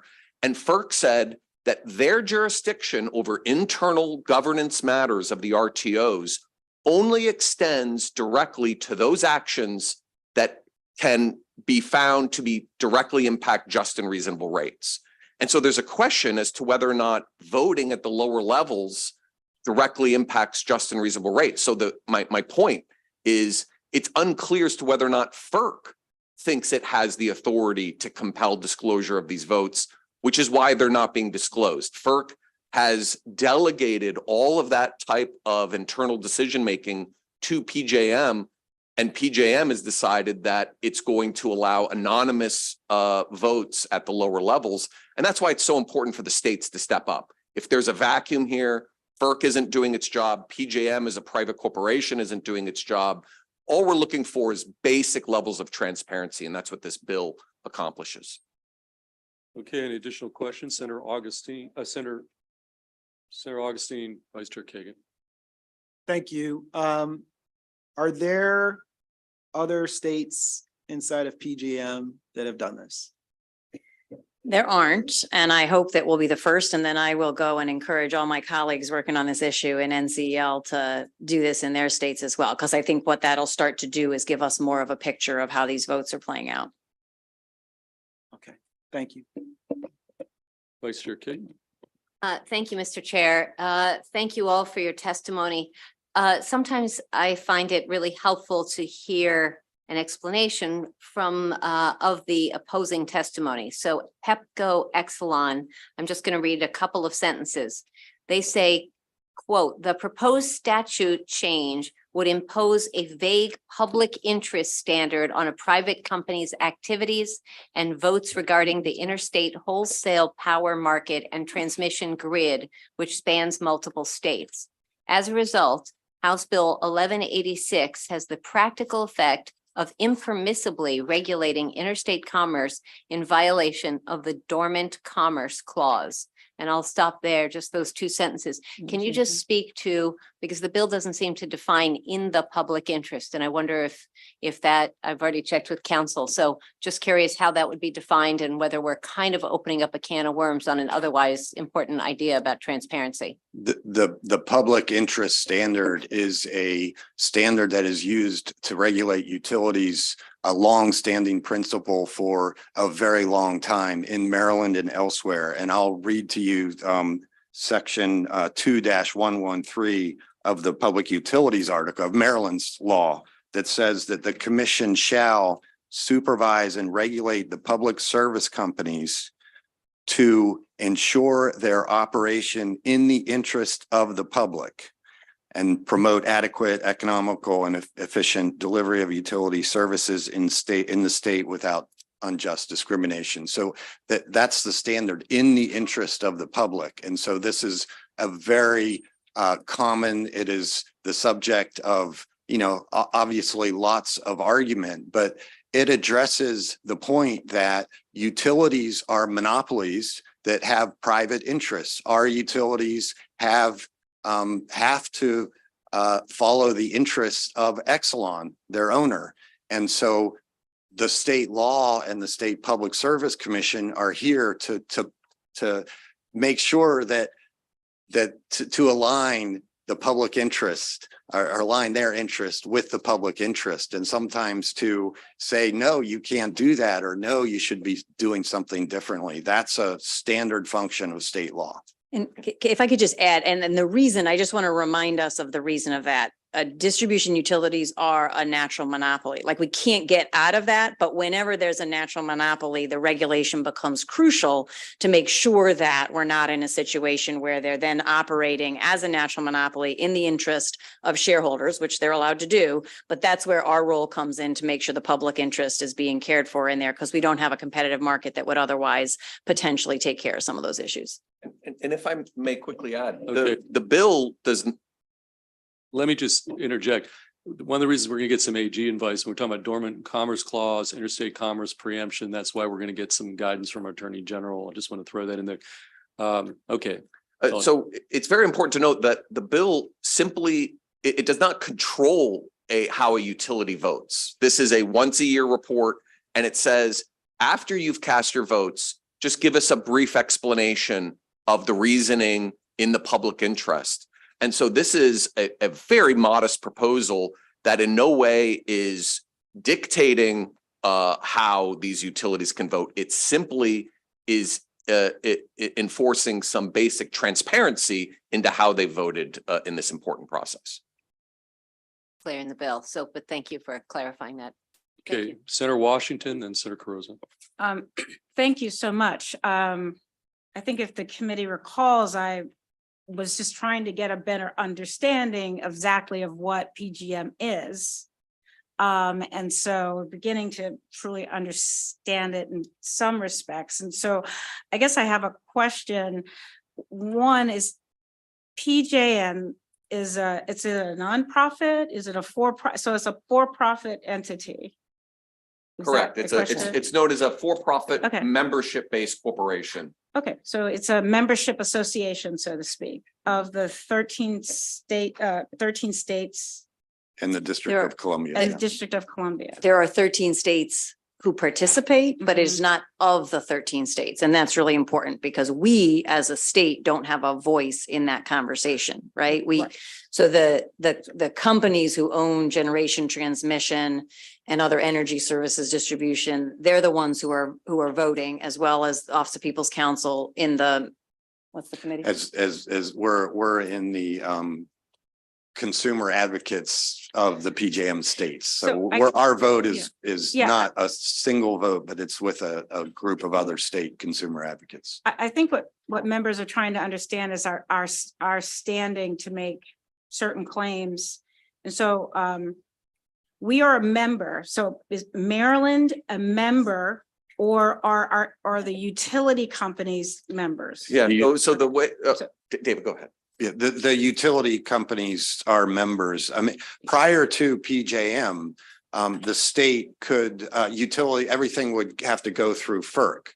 And so any rate increase for transmission or wholesale generation would go through FERC, and the state could go and be a party in a FERC proceeding, whether through the Public Service Commission. Does the legislature or the governor appoint make recommendations about the delegates that the utilities send to PJM? No, it's solely within the discretion of the utility to decide who to send. Right. I mean, they're the members, not the state.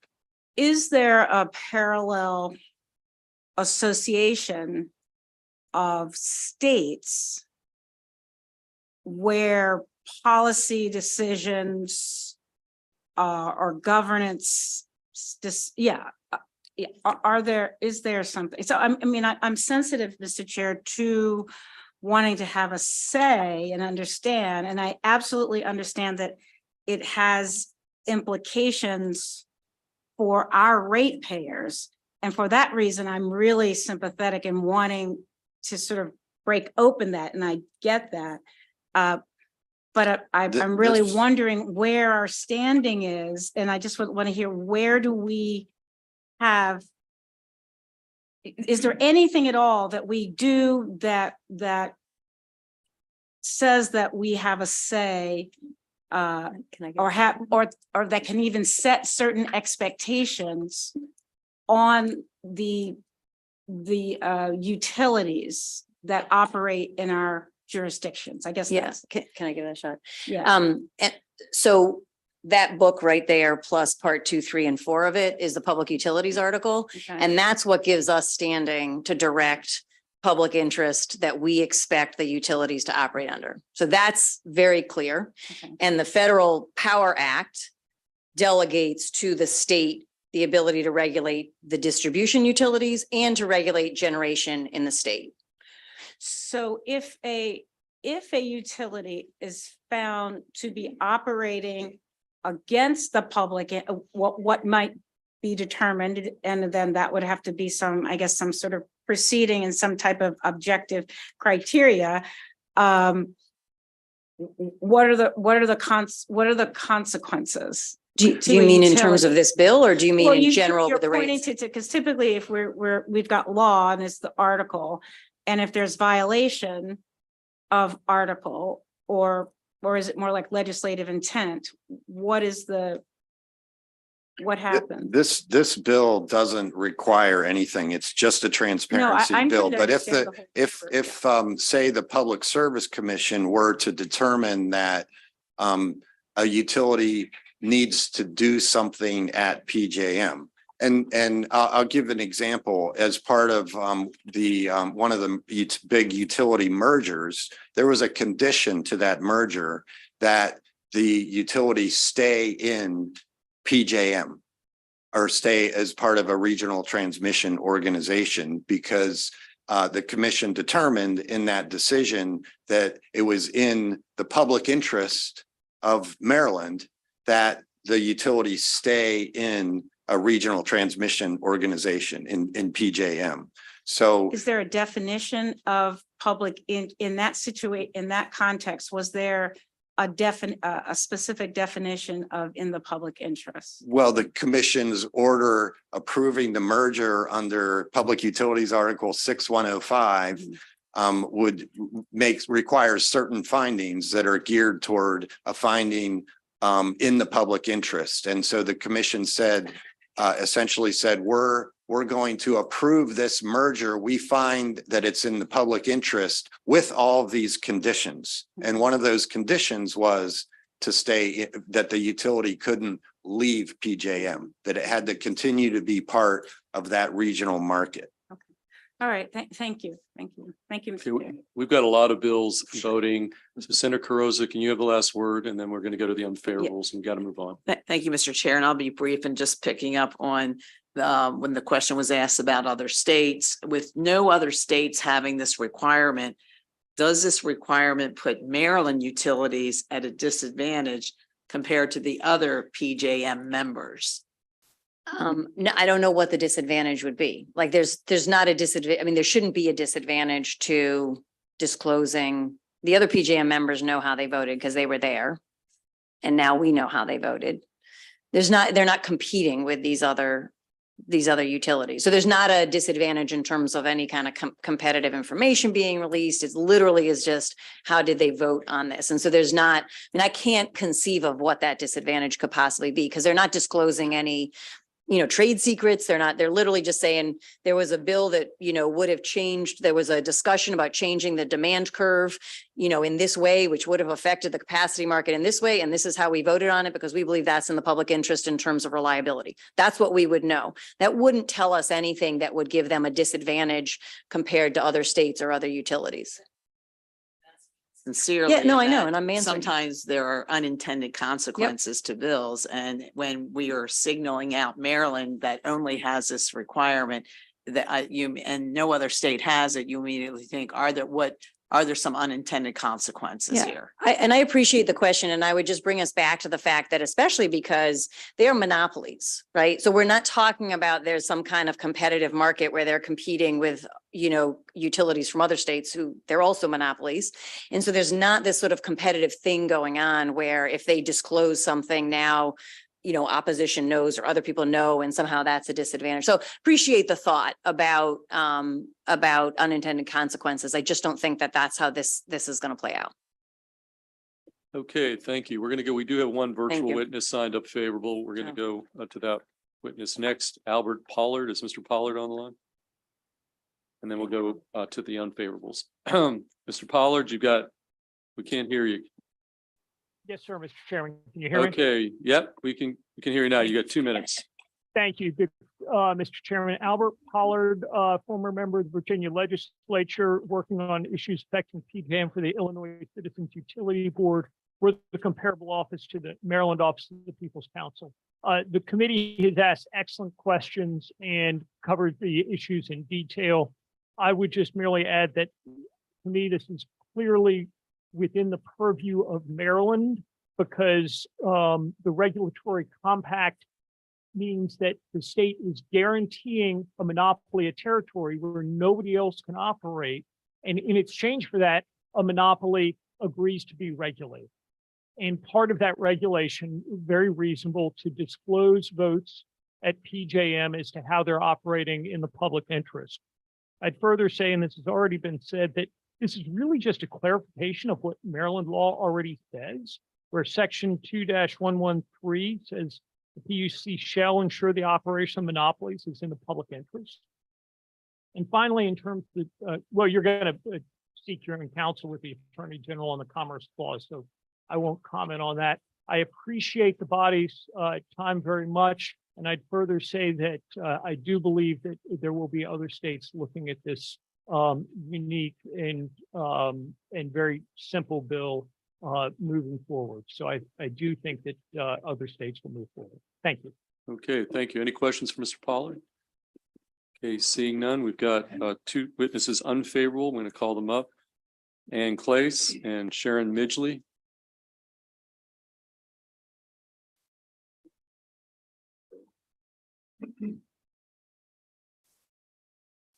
Okay, Ms. Clace, why don't you start off? Each of you has 2 minutes. Sure. Good afternoon, Mr. Chairman, Madam Vice Chair, members of the committee. Ann Clace here on behalf of PEPCO and Delmarva Power in opposition to House Bill 1166. With me today, I have Sharon Midgley. She is the Vice President of Regulatory and Federal at Exelon. She is not a registered lobbyist, but she is here at my request to address additional questions and information and provide information. And if it's okay with you, Mr. Chairman, I'll pass the mic to her. Okay. Good afternoon, Mr. Chair, Madam Vice Chair, members of the committee. It's great to be here in Annapolis to testify today. I wanted to take a moment to acknowledge my own senator who serves on this committee, Senator Hester. It's great to see you and thank you for your great work in Annapolis. I'm Sharon Midgley, Vice President, Federal Regulatory Affairs at Exelon. I represent our Maryland companies at PJM. PJM is exclusively regulated by the Federal Energy Regulatory Commission. At the PJM Members Committee, votes are recorded by company and are publicly available and published. Items passed at the Members Committee is how PJM law is established. At some lower level stakeholder committee meetings, votes are not recorded because the structure is intentional to encourage consensus building and brainstorming. Most meetings are open to the public and the press with very few exceptions. House Bill 1186 is preempted by federal law. The rules governing PJM stakeholders' right to vote on PJM committee matters are matters that are within FERC's exclusive legal authority over PJM's operating rules and procedures. Additionally, the proposed statute change would impose a vague public interest standard on a private company's activities and votes regarding the interstate wholesale power market and transmission grid, which spans multiple states. As a result, the practical effect of impermissibly regulating interstate commerce in violation of the Dormant Commerce Clause. Beyond the legal challenges, House Bill 1186 is poor policy. This legislation will curb innovation and collaboration at a time when all hands should be on deck, considering many novel ideas to help ensure our grid is safe, reliable, and resistant to climate change. Exelon is leading the transition to a cleaner grid with a focus on decarbonization and electrification. This bill is a distraction from these important efforts. The bill is unnecessary, administratively overburdensome, and introduces activity that is exclusively federally regulated. Exelon respectfully requests that the committee issue an unfavorable committee report on House Bill 1186. Happy to address any questions. Okay, questions for the witness, Senator Washington, Vice Chair Kagan, then Senator Washington. Thank you, Mr. Chair.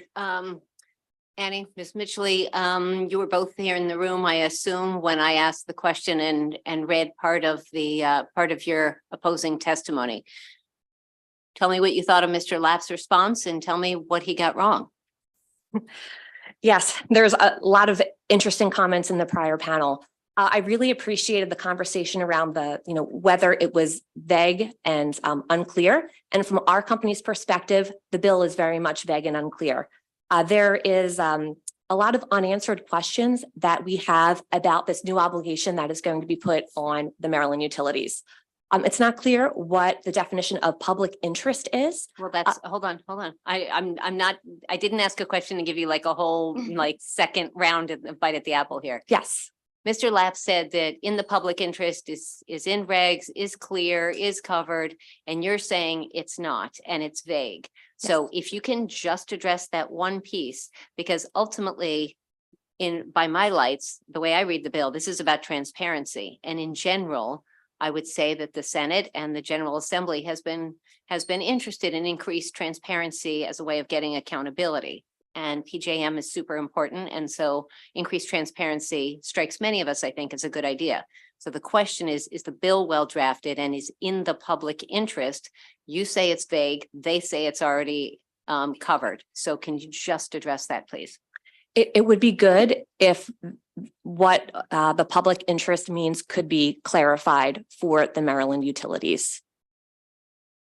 You have, sorry, Lamoria, if you have suggested language, perhaps very specific language that you think would improve this bill, perhaps you'd like to send it to me or to the committee for a consideration when and if we take this bill up, and obviously in collaboration with our friends in the House and all that. But I'd be curious, speaking just for myself. Sure. Thank you. Sure. Thank you. Thank you, Mr. Chair. Okay, additional questions, Senator Washington. Thank you very much. And yes, we're just wrestling with it. And I think the vice chair articulated, our interests in trying to explore this. So in the public utility article, there is a role for the Public Service Commission, right?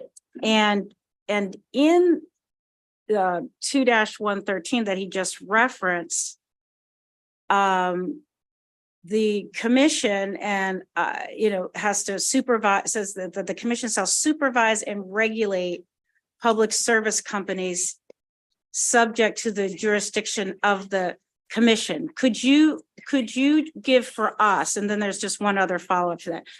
Could you give for us so that we can understand if the PSC in Maryland law and regulations are designed around the commission having the capacity to supervise and regulate public service companies? How do you interpret that? Like, what does that mean?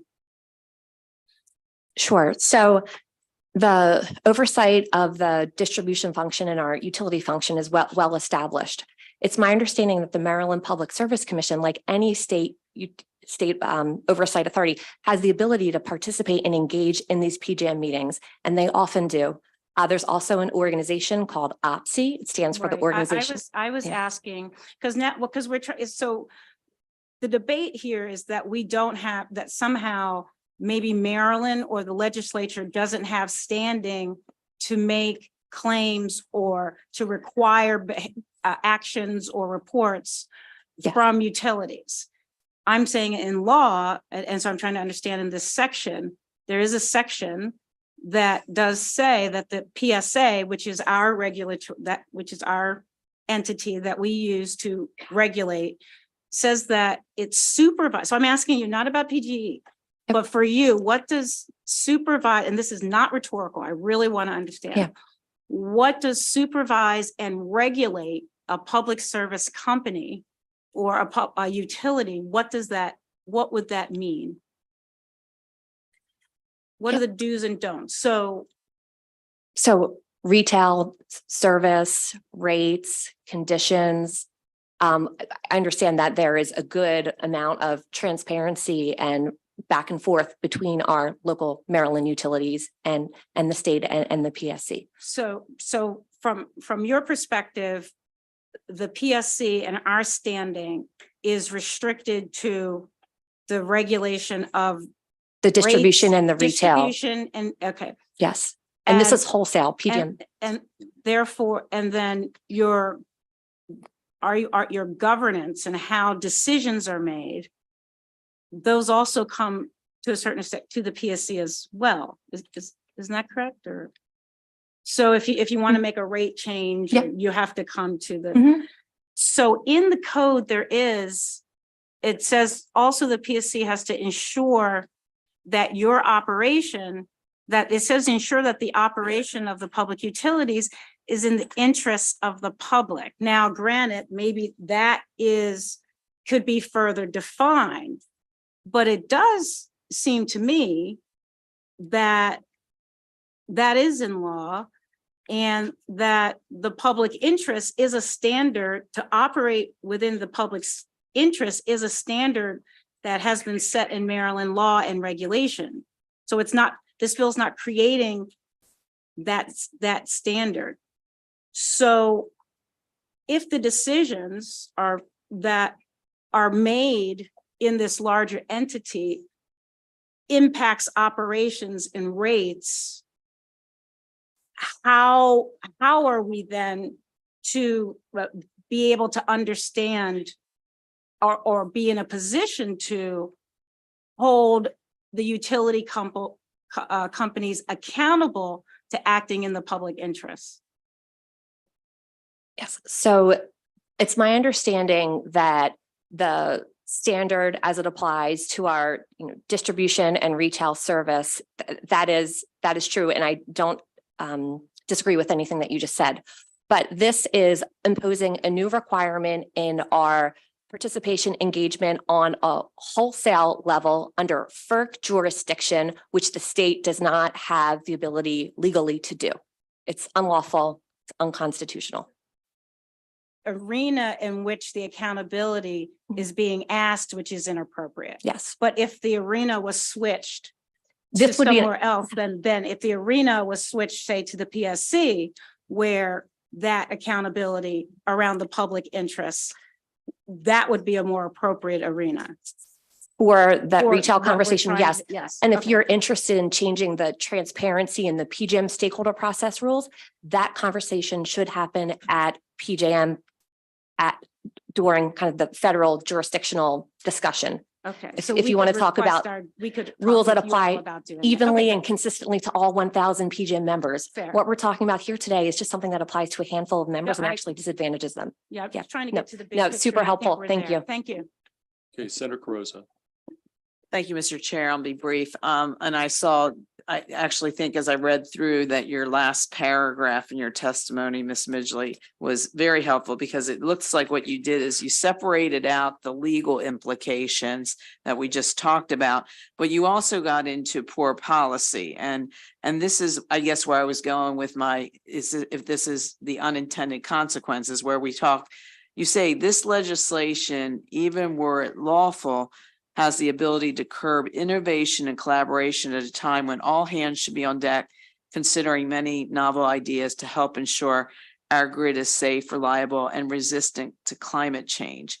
Is by separating out the legal and the policy and this, I think where you're saying where the focus should be, is that what you mean by other unintended consequences? Yes, so the PJM stakeholder process was designed this way on purpose to have transparency by company at the very end of the process after the members committee. The whole purpose of the discussions and deliberations is supposed to be a free-flowing dialogue where gives and takes are made and people compromise, and we're trying to reach consensus together. And all of the members at PJM agree that that is the best way to do things. And we've codified that in our stakeholder manuals, and changing those rules for a subset of parties would not allow them to engage as clearly and as freely if the rule set were to be changed for a few members. I would say that the Maryland utilities would be put at a disadvantage at PJM if this rule were to be put in place. We currently also don't have the infrastructure or the, we do not have the infrastructure to really support the change. It would require additional costs to be put on the Maryland utilities. We don't record all of these votes. Some are consensus-based items, some are done by acclamation, some are non-controversial. So this is really just adding a whole new layer of reporting that really, I don't think provides a lot of value to the state of Maryland. The bill would require annual reporting by February each year, but the way it works at PJM, we get detailed company-specific voting reports a business day or two after the vote is actually happening. So that's real-time, transparent, helpful information. To me, I just don't see the value in why a summary report 8 months later would really be giving any additional transparency to the assembly. Thank you. Yep, thank you.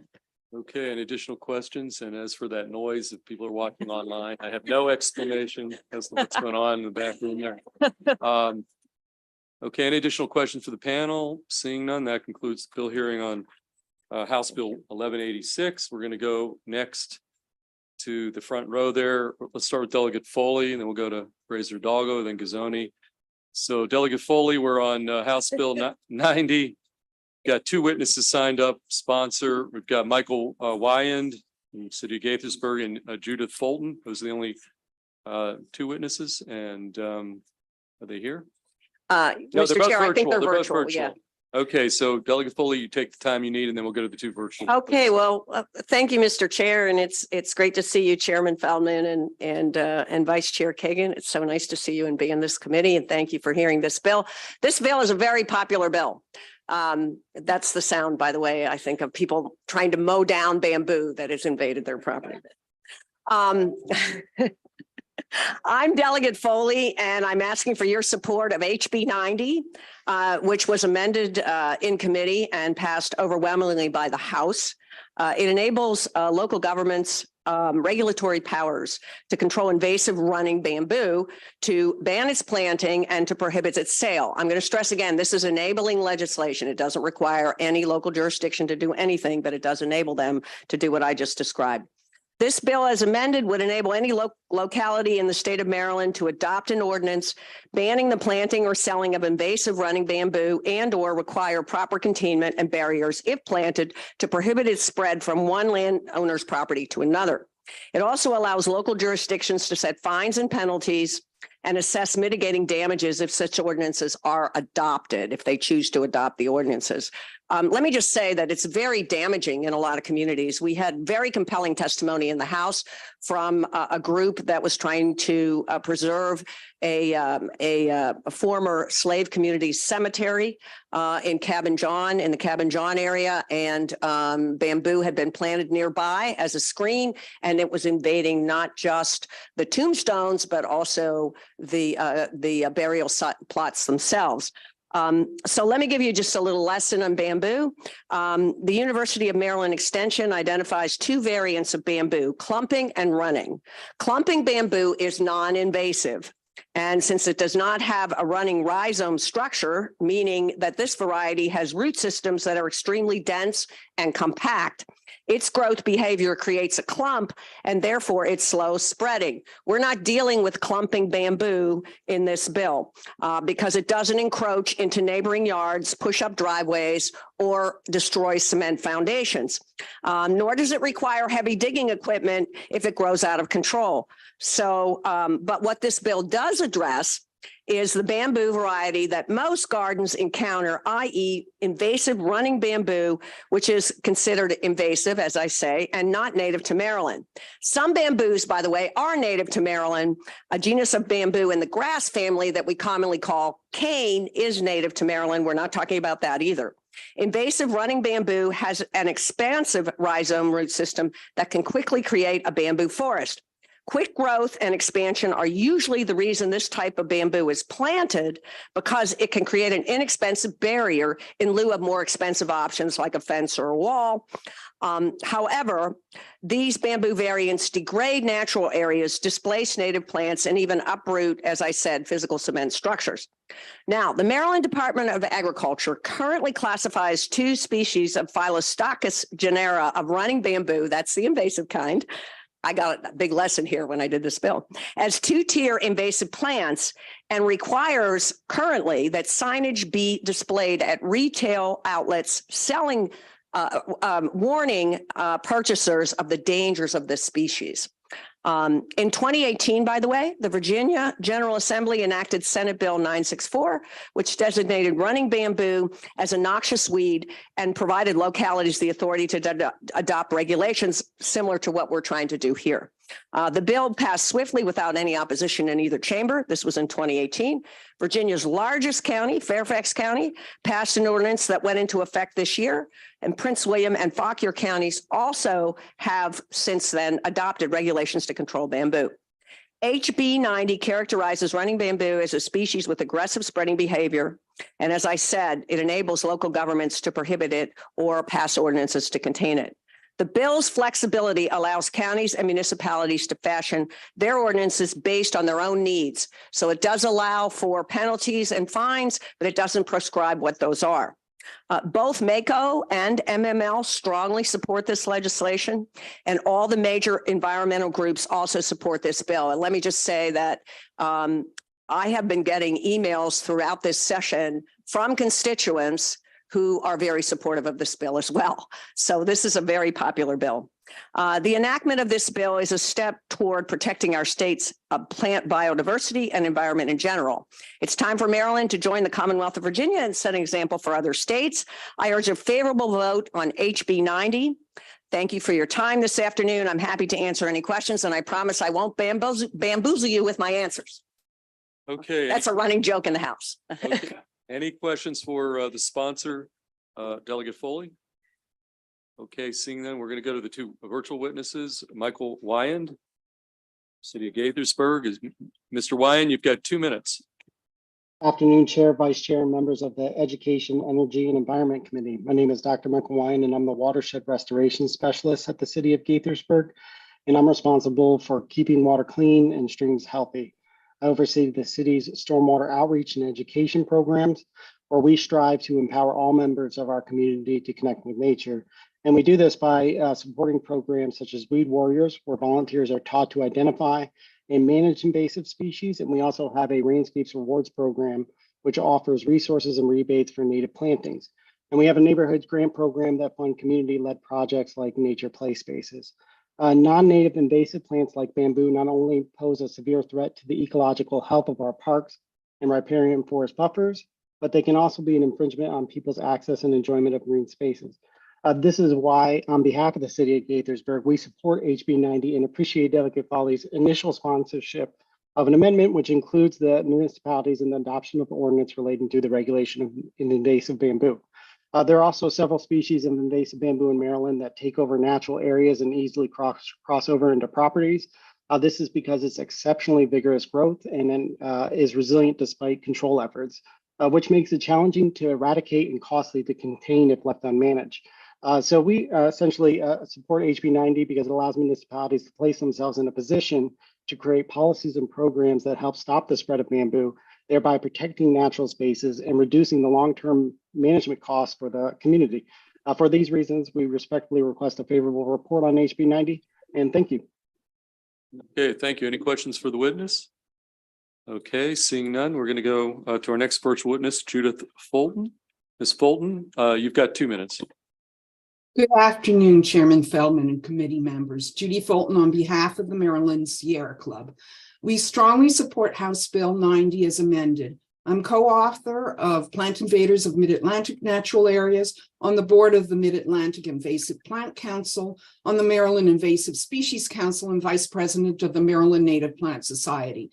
As an expert witness on invasive bamboo legal cases, I am personally familiar with the costly damage caused to adjoining properties. Running bamboo can spread aggressively 10 or more feet a year via underground stems called rhizomes. A 2020 article says that steel has a tensile strength of 23,000 pounds per square inch, but bamboo leads at 28,000 pounds. As running bamboo spreads, the rhizomes can force their way through the smallest of foundation cracks. The plant can enter crawl spaces and push through floors, travel under roads to medians, sprout up through asphalt or behind siding. One of my clients sued her neighbors because their bamboo damaged her underground drainage system and grew up her downspouts, causing thousands of dollars of damage when her finished basement flooded. Another client is dealing with destroyed retention walls and landscaping. This committee has already approved bills to help our Maryland native plants, which provide crucial food and shelter to pollinators, songbirds, and other native animals. In contrast, invasive bamboo forms dense patches where no native plants can grow. Bamboo supports no native animals. It provides no food or cover. As Delegate Foley said, many states have laws to protect adjacent property owners from running bamboo. Not only does House Bill 90 as amended cover containment, remediation costs, and fines, but it also allows for county and municipal ordinances to prohibit sale of planting of invasive bamboo. Keeping property owners from installing running bamboo makes sense because bamboo can make an adjoining property hard to sell. Established bamboo can be difficult to eradicate and damage expensive to remedy. It's better to prevent neighbors from fighting than to deal with the aftermath. The Sierra Club respectfully urges a favorable report on House Bill 90. Thank you. Okay, thank you. Any questions for Ms. Fulton? Seeing none, that concludes bill hearing on House Bill 90. Thank you. Next, go to House Bill 834, Delegate Frazier Dalgo. And we're going to bring up, well, hold on a second. We're going to bring up Bill Kress and David Lapp. Two witnesses signed up, both favorable. Hey, Delegate Frazier Dalgo, take the time you need. Explain House Bill 834. And thank you. We'll go to Mr. Kress. Thank you, Mr. Chair, Madam Vice Chair. It's good to see you. Good to be before your committee. I'm here to present House Bill 834, which is basically a Charging Reliability Act. It has to deal with electric vehicles, and it has to deal with utilities and ensuring that when those folks are charging their electric vehicles, that a couple of things happen. The big thing is just trying to establish a standard for uptime to make sure that when people are using the chargers, that they have an expectation of the reliability of said chargers. The other thing that the bill does is it allows the utilities, as many of you probably already know, the utilities do on a limited basis get into setting up public chargers. So the bill actually allows utilities to also go into multi-family dwellings and put in some chargers depending on what the requirements are. The bill is not everybody is favorable on the bill. We worked very hard with both the PSC and the utilities to make sure we got everything right on the bill. There are a few additional amendments that I wanted to just review with you very, very quickly after doing some more work with the utilities on a couple of pieces. They requested a couple of amendments. And the amendments seemed to be very logical to me. So there were a couple of other amendments that weren't, but I'll go over the ones that were. Amendment number 1 that allows the utility to recover the cost of maintenance and chargers. Essentially, when the program is done at the end of 2025, we want to ensure that the utilities actually can continue to work with the chargers they've already set up.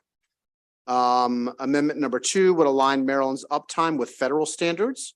The amendment number 3 would mandates how many chargers, what the standards are, when they broke, how they broke to issue a report to the PSC.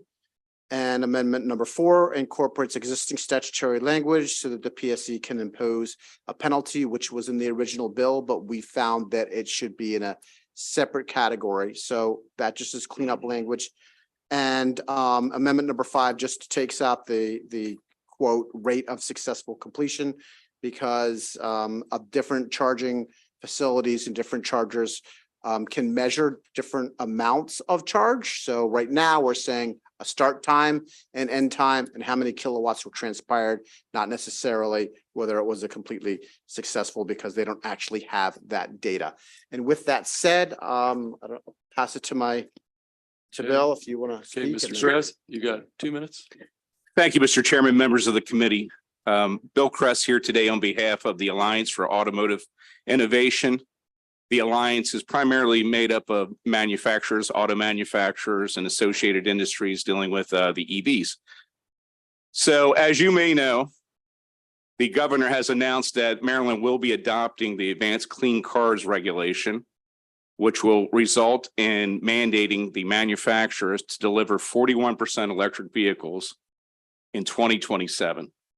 And in 2028, we go up to 50%, and we go all the way up to 100% by 2035.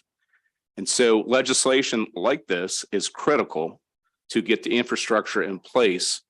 I think one of the biggest challenges for selling EVs right now is not range anxiety, it's charging anxiety. Where are you going to charge the vehicle? The folks that are in the most difficult positions are those living in multi-unit dwellings. They don't have the ability to install electric vehicle charging stations. So this bill would go along with assisting in rebates for those MUDs for the multi-unit dwellings. And it's a bill that puts us in a good position. A lot more work is going to have to be done on this particular issue if we're going to meet those goals and the mandates that are coming up in 2027. So with that, we would respectfully request a favorable report. Thank you, Mr. Chairman. Okay, thank you. Any questions for the sponsor or for Mr. Kress? Senator Watson. Thank you, Mr. Chair, and thank you, Delegate Frazier Hidalgo, for your continued work on the EV front. You've been doing this for quite a while. My question is the 97% uptime. That just means you go to a charging station and it works? Is that the total definition of uptime? Yeah, essentially that's what it means. Now the way we amended the bill was to define uptime as and put it in the same posture as federal standards, so that there's one standard across the line. But yeah, that's essentially it. So in Now I'm sorry, go ahead. No, in the state of Maryland, is there currently an issue of somebody driving up and it just physically doesn't work? Yes. Okay. That's happening both on some of the utility grade chargers, but it's also happening in the private industry. Next year, I'll be bringing a bill to try to address it on the private industry. There are some exemptions, force majeure, big storms, that kind of thing. And there has been some vandalism in cases where folks have come and cut the cables to get the precious metals out of the cables. So in that case, we don't hold that against them. Okay, thank you. Thank you. Okay, any additional questions, panel? Okay, seeing none, that concludes bill hearing on House Bill 834. We'll next go. Thank you. To Delegate Gazzoni, which is House Bill 636. And we're gonna call up. We've got two virtual witnesses signed up. So we'll take your testimony, Delegate Gazzoni. You've got the time you need, and then we'll go to the two virtual witnesses after that. Good afternoon, Chair Feldman, Vice Chair Kagan, and the rest of the members of Education, Energy, Environment Committee. I'm Delegate Pam Gazzoni, representing Howard County's District 13, and I'm here in support of House Bill 636, Public Information Act, inspection of email addresses and telephone numbers. And I promise not to take too much time.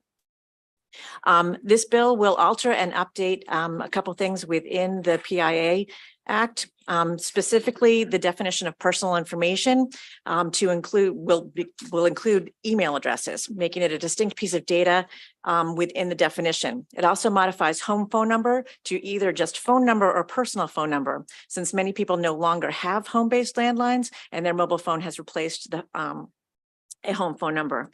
The bill modifies the language for several specific situations, including student records, local and state government employees, notaries, public and licensing records. And so clarifies which parts of the public record a custodian shall or may allow inspection of. This modernizes the Public Information Act, which was written in 1970, so well before there was such things as email addresses or mobile phones. And it will provide record custodians with clear direction on how to handle email addresses and mobile phone numbers, which are contained in public records. We'll also reduce confusion and inconsistency, which may be currently present in the addressing of these issues with the large number of custodians that work in this area. HB 636 will help both requesters of PIA information and custodians when requesting this type of personal information through the process by bringing greater clarity and certainty. I respectfully request a favorable report on HB 636. Okay, thank you. Any questions for the sponsor, Dr. Gazzoni? Okay, seeing none, we're going to go to the two virtual witnesses. We've got Patrick Hughes from the Office of the Attorney General. Okay, Mr. Hughes, you've got 2 minutes. Thank you, Mr. Chairman, members of the committee. My name is Patrick Hughes, and I am the Chief Counsel for Opinions and Advice with the Maryland AG's office. And one of my roles here at OAG is to manage the publication of our office's Public Information Act manual, which serves as a resource for requesters and custodians around the state in complying with the PIA. And in that role, I'm often made aware of certain interpretive difficulties that arise with the PIA. And the purpose of today's bill is to clarify one category of such interpretive difficulties, which is how the PIA applies to email addresses and cell phone numbers. Because as the sponsor explained, the PIA was first enacted in 1970. Some of its provisions are unclear or ambiguous as applied to more modern technologies. In particular, several provisions that protect the confidentiality of home addresses or home phone numbers are not entirely clear as applied to personal email addresses and cell phone numbers. And so for that reason are sometimes being applied inconsistently by custodians across the state. So for example, one section protects the home address and home phone number of state and local government employees. Our office has long interpreted that provision to protect personal cell phone numbers, but the applicability to personal email addresses is less clear. And as I think there's written testimony in your packets from the public access ombudsman who mediates disputes under the PIA, and she's indicated that these types of matters come to her fairly frequently about whether this type of information is covered or not. So this bill just seeks to provide clarity about these types of issues. I'm happy to answer any questions that the committee might have. Okay, any questions for Mr. Hughes? Okay, seeing none, we'll go to the next virtual witness, Josie Ogaitis.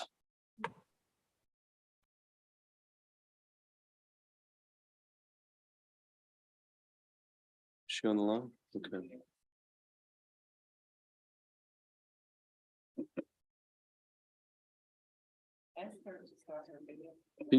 Ms. Ogaitis, can you start your video? Okay, I think we are about to see you. Great. Can you see me? Almost.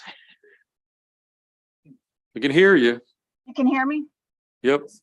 Okay. I'll just go ahead and get started and maybe the video will kick in. Okay, sounds good. You had 2 minutes. Great. Okay. Mr. Chairman, members of the committee, my name is Josie Ogaitis, and I'm here today testifying on behalf of the Maryland Nurses Association in support of the Public Information Act inspection of email addresses and telephone numbers. This bill would allow a health occupations board, such as the Maryland Board of Nursing, to deny public access to a personal email address. Support of this bill is consistent with other policy changes that M&A has advocated before in the past, which help to shield a nurse or other healthcare workers' personal information. It was not long ago that this committee approved M&A's ID badge bill, which required first name only ID badges. The effect can protect nurses from harassment. Addressing workplace violence is among M&A's top priorities. We've heard from countless nurses about the impact that workplace violence has on their professional and personal lives. The ED setting is particularly bad. If you ask an ED nurse, they'll describe to you in detail how their safety has been threatened by visitors and patients, such as, "I'm going to be waiting for you in the parking lot after work," or "I'll track down your family members." More recently, I get reports that nurses are being harassed on social media using their first and last name and getting inappropriate friend requests. This is a road that we are not interested in going down, and protection of personal information is a good preventive step. We'd like to work with the committee on this. We have lots of statistics that we can share with you about the prevalence of workplace violence. And this is important as we look to try to shore up the nursing workforce following the pandemic. We can't have nurses leave the front line anymore. It makes the work environment very stressful. So we ask for a favorable report on this bill that would support privacy of nurses who are being threatened in the workplace. And we're happy to work with the committee on this or anything else. Thank you. Okay, thank you. Any questions for the witness? Vice Chair Kagan, then Senator Washington. Josie, I just want to say it's almost really great to see you again. We worked together more than 20 years Yes, ago I on behalf of rape victims, rape survivors. So thank you for still making a difference on important issues. Yes, and I also want to thank the committee for allowing the format of virtual, because believe it or not, I'm still working, I'm working in a hospital and juggling meetings, but being able to still work with the committees and what's going on down in Annapolis is so important. So thank you for maintaining this important venue.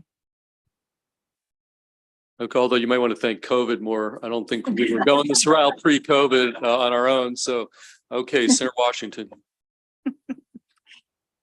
Thank you. Thank you, Mr. Chair. Thank you so much for this bill. I don't know if this question is for you or if it's for committee counsel. We see in, I guess, different committees. I guess the question is there a generalized protection of passwords and email accounts for all employees, or do we have to, or are certain employees well, I know certain occupations are prohibited, but is there a general one? Because there's one for different I'm wondering, do we have to do it for each profession? Or is it possible to do a global? Right, I'm just curious. So specific to this change to the PIA, Yeah. My AG pal can chime in if he wants, but it talks to student records and talks about what can be shared. And student records are a little bit different because they have some specific entities that they are allowed to see that. And it also talks to state and local government employees. So private personal email addresses, personal cell phones would be shielded, would not be able to be shared for those employees. Also for notaries republic. The only weird thing about that is if someone who is a notary who does not have a business email address, then their private email address would be shared. And then for any occupation that is licensed through the state, this would apply to. So if someone is trying to do a PIA about someone who's licensed through the state, their email address would not be something that could be shared. Does that answer your question? I'm not Yeah, sure I that apologize. That's okay. I didn't read it as a global. So this is for all licensees, all Maryland licensees. That's not- my understanding, yes. Okay, thank you. Sure. Okay, any additional questions for either the sponsor or our two virtual witnesses? Seeing none, that concludes bill hearing on House Bill 636. Thank you very much. Next go, based on my observations, who was here the longest, Delegate Chisholm, why don't you come up next and then we'll go to Delegate Queen and then we'll make our way around. Everybody will get Delegate Chisholm. We're on House Bill 492 and Grace Wilson. There you are. Okay. I think that's it. So Delegate Chisholm, 492. You've got the time you need to explain the bill. Good afternoon, Mr. Chair and Madam Vice Chair, committee members. It's great to be over here across the street in the land of milk and honey. For the record, I'm Delegate Brian Chisholm here to present HB 492. This is a local Anne Arundel County delegation bill. It is a bill that is put in simply to create greater flexibility for the public school system to extend their school buses from 12 to 15 years as far as their usability. It doesn't cut into their budget, but what it does, it just gives them much more flexibility. It puts us in line with 15 other counties. It was voted out of the House unanimously. It was actually voted out of the House unanimously last year. I think it came out of the Senate, but on sine die did not make it across the finish line simply because somebody missed a bus. But with that, ask for a favorable report. Okay, Ms. Wilson, 2 minutes. Good afternoon, Chair Feldman, Vice Chair Kagan, and members of the Education, Energy, and the Environment Committee. I'm Grace Wilson. I'm the Legislative and Policy Specialist for Anne Arundel County Public Schools. I'm here today in support of House Bill 492. I'd like to thank Delegate Chisholm for sponsoring this legislation. This bill alters the number of years that a school vehicle may be operated in Anne Arundel County from 12 years to 15 years and aligns Anne Arundel County Public Schools with the 15 other school systems in Maryland, which already operate school vehicles for 15 years. School vehicles owned and operated by Anne Arundel County Public Schools and its independent contractors are exceptionally well built, maintained, and operated.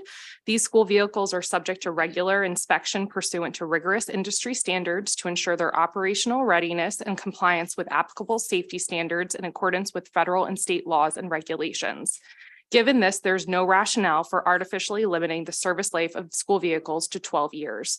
Additionally, this legislation will result in significant transportation cost savings to Anne Arundel County Public Schools by allowing the fixed cost of a school vehicle to be spread across 15 years as opposed to 12, yielding 20% more value out of each school vehicle.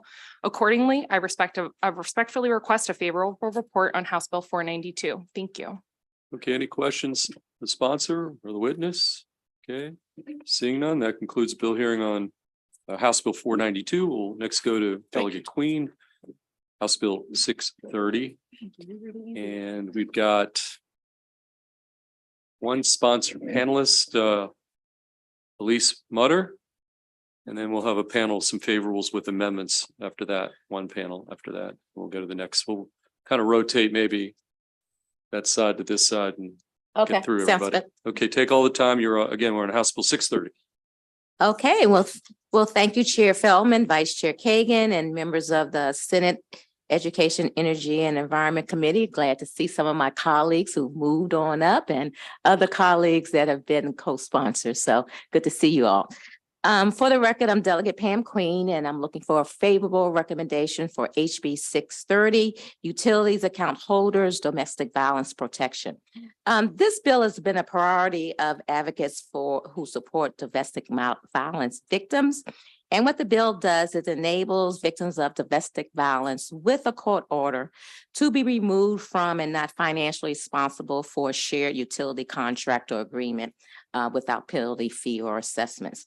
And so this bill outlines the process the utility will follow in terms of making this information available to domestic violence victims and how that shared utility contract is ended.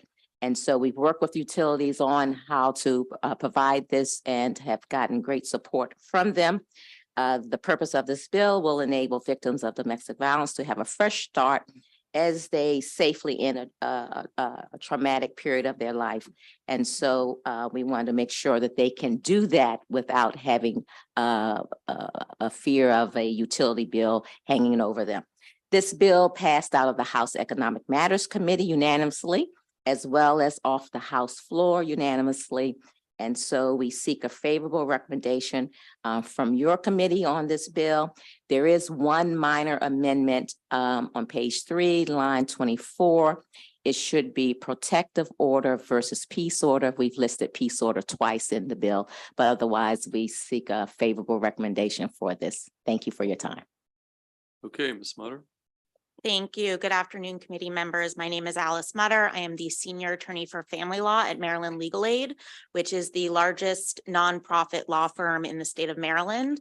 And at Legal Aid, in addition to representing survivors of domestic abuse, I also frequently represent low-income Marylanders in consumer and housing matters.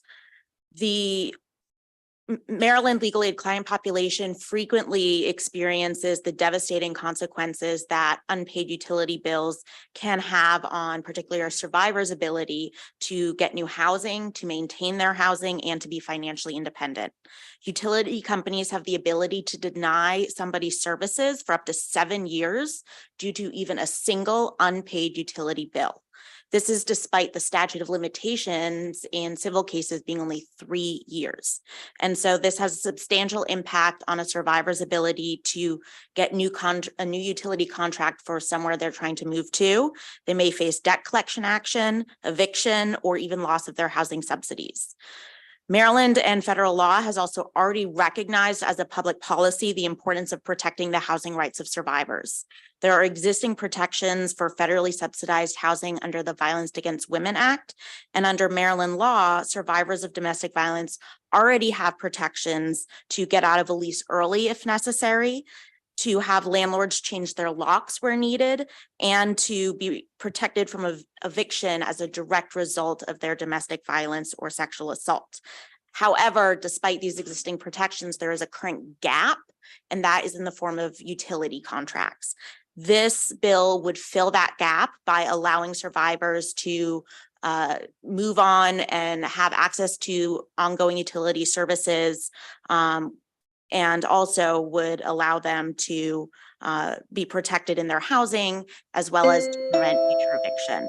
For these reasons, we would urge a favorable report on House Bill 630. Thank you. Okay, who are you? Hi, Mr. Chairman. I'm Just Melanie Shapiro. Okay. The amendment is the technical amendment, and so we're all favorable. We just need that. Okay, well, there's a panel of favorable with amendment. Here, why don't we do this? Are there any questions for the sponsor or for our sponsor panel witness? And okay, seeing none, now let's just call up the 4 other witnesses signed up. We've got again Jessica Emerson, Laura Ruth, Dorothy Lenig, and Melanie Shapiro. So Ms. Shapiro, why don't you, since you started off, you're going to lead off. Each of you get 2 minutes, and then this is the extent of the witnesses for this bill. So Ms. Shapiro, you start. Thank you, Mr. Chairman, Madam Vice Chair, members of the committee. My name is Melanie Shapiro. I'm the Public Policy Director with the Maryland Network Against Domestic Violence. MNADV is the federally recognized state domestic violence coalition, and we are here in support of House Bill 630. It's often asked why victims of domestic violence don't leave. There's no one simple answer to that question. What we do know is that we need to remove as many barriers as possible to enable a victim to safely escape the violence. However, in order to leave, a victim needs access to safe and affordable housing. In order to leave somewhere, in order to live somewhere, you need electricity and you need water. I would encourage you to read the full testimony submitted by Lydia Watts. She's the executive director of ROAR. She tells the story of Ruth, a made-up name for a client. She is a woman who was engaged in safety planning with ROAR. A carefully developed plan was crafted so she and her children could leave the abuse she had endured for 10 years by her husband while he was away for a few days. ROAR used their funds to help with a security deposit, first month's rent, and a moving ban. They helped secure furniture and find Ruth a job near the new home. And then Ruth tried to set up a BGE account. That was when she learned that unbeknownst to her, she was on the account at the home she was trying to escape, and there was an unpaid balance. The account stood between violence and safety. ROAR, a nonprofit organization, made an exception and paid the balance so that Ruth and her children could be safe. Many organizations that I've spoken with have a Ruth. 94 to 99% of victims of domestic violence are victims of financial abuse, and 38% of victims of domestic violence are homeless at some point in their lives. We want victims to be able to leave and not end up homeless. Leaving an abusive relationship is like untangling a web, and it is done in secret to protect the victim's life. And HB 630 addresses one of those tangles. As Delegate Queen said, there's the one technical amendment that is needed, and the language in the bill mirrors legislation that was passed out of this body last year to expand lease termination protections for victims of domestic violence. So we would urge a favorable report with that technical amendment. Okay, let's go next. I'll go next. Good afternoon, Mr. Chairman, Madam Vice Chair, members of the committee. My name is Dorothy Lenig. I'm the director of the Domestic Violence Legal Clinic at the House of Ruth. No relationship to the Ruth in the story. We serve victims of domestic violence throughout the state. We have offices in Baltimore City, Baltimore County, Prince George's County, and Montgomery County. I have seen victims like this. And at House of Ruth, we always talk about what's the difference between advocacy and direct service. So direct service is you're standing on the edge of the river, the babies are floating down in the river, you're pulling them out as fast as you can. Advocacy is when you go up to the start of the river and figure out why the babies are being thrown in here. I've seen these clients at the House of Ruth. If the person comes to the House of Ruth, if they're lucky enough to get to the House of Ruth and they're lucky enough to get to an advocate who either can call BG&E or PEPCO and advocate for them, or if they're lucky enough that House of Ruth has some money to pay off the bill, they can move into their own house. But this bill would actually help any victim of domestic violence, survivor of domestic violence. So if that survivor is able to get away from her abuser and is able to move to a safe place, she shouldn't have to be lucky to be able to turn on the lights in the water. And that's what this bill would do. So we urge a favorable report with the one amendment. Thank you. Okay, why don't you just pass it to your left? Tell us your name and you've got 2 minutes. Ooh, okay, that's moving. Good afternoon, Mr. Chair, Madam Vice Chair, members of the committee. My name is Jessica Emerson, and I direct the Human Trafficking Prevention Project, which seeks to reduce the collateral consequences of criminal legal involvement for survivors of human trafficking. We also engage in systemic advocacy designed to prevent exploitation in populations who are put at highest risk, one of which of those are those who have experienced domestic violence. The intersection between economic stability and domestic violence is an essential but often overlooked aspect of both healing and re-victimization. While there is a documented relationship between high levels of financial strain and the rate of domestic violence, the relationship is also reciprocal, meaning that the act of experiencing domestic violence also causes financial problems for survivors, oftentimes trapping them in poverty and in the process, the abusive relationship. For many victims, concerns over their ability to provide for themselves or their families are the reason that they stay in or return to an abusive relationship. Others, however, may remain in these relationships simply because they cannot afford to leave. And this is where HB 630 comes in addition to the obvious safety concerns that are shared by my colleagues. Many survivors are unable to financially shoulder the burden of fees, penalties, and charges that apply to having their names removed from a shared account so that they can open a safe new one. This bill, which I like to refer to as tiny but mighty, but would help alleviate these concerns. As I stated earlier, economic stability is a means to long-term independence and safety for survivors of domestic violence, many of whom have also experienced human trafficking. Domestic violence and human trafficking victim service providers have sought to adapt economic empowerment programs to better meet the unique needs of survivors, and this bill is a prime example of that. Assisting survivors in addressing their basic financial needs and rights helps them find safety and build long-term security for themselves and their children. And for these reasons, the HDPP respectfully urges a favorable report on HB 630 with the amendments that my colleagues referenced. Thanks.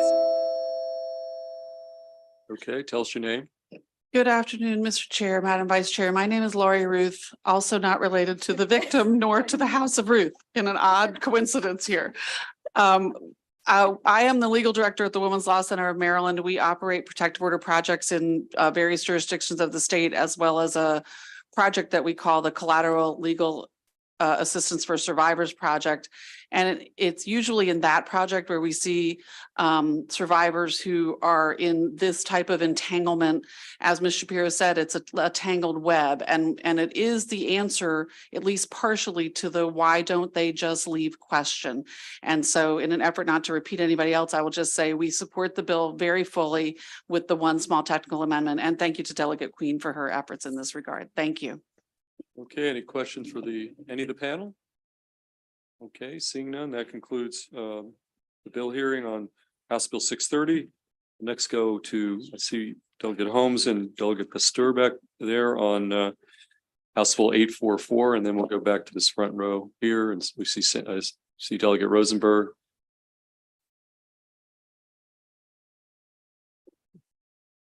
Okay, so there are no in-person witnesses. Delegate Pasteur, you're the only witness on this bill, House Bill 844, and in person, that is. We've got some written testimony.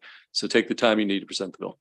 Thank you, and good afternoon, Chair Feldman and Vice Chair Cheryl Hagan with a C. All right. And good afternoon to members of the Education, Energy, and the Environment Committee. I am Delegate Cheryl Pasteur, and I'm here to testify in support of House Bill 844, which will require the Department of Housing and Community Development to establish and maintain a website that provides specific information on the rights and responsibilities of individuals thinking about or already living in a common ownership community, a COC. In 2005, Senator Dolores Kelly chaired a committee to take a task force to take a look at common ownership communities. And as part of the findings, it was decided that some state organization or department needed to have this kind of information on its website or on a website. Know that the Department of Housing and Community Development was a part of the task force, and they were a part of putting together the final report. So now we move forward about 18 years. We find that we do have a website, but what is missing on that website are those rights and responsibilities. Now, COCs are growing exponentially, and they are not only supporting young families in single-family homes, but they are also supporting with the large number of age-qualified communities. They're also supporting our seniors. But again, very often what happens, no matter what the realtor might do in terms of saying, this is a COC, this is either a co-op or a HOA, no matter whether they tell them this, understanding what it really means is a different story. Very often, those who are moving in think no more grass to mow, no more snow to shovel. Everything is taken care of. I do pay a fee monthly, sometimes yearly, but a lot of the responsibility of ownership is taken off of me. And then they move in. And when they move in, they find that there are a number of restrictions and penalties and other things that are concerning to them that they had no idea existed beforehand. So what this website would do is to put links, to put information right up front on that site so that folks would at least know where they could go to get that information. I live in an age-qualified community.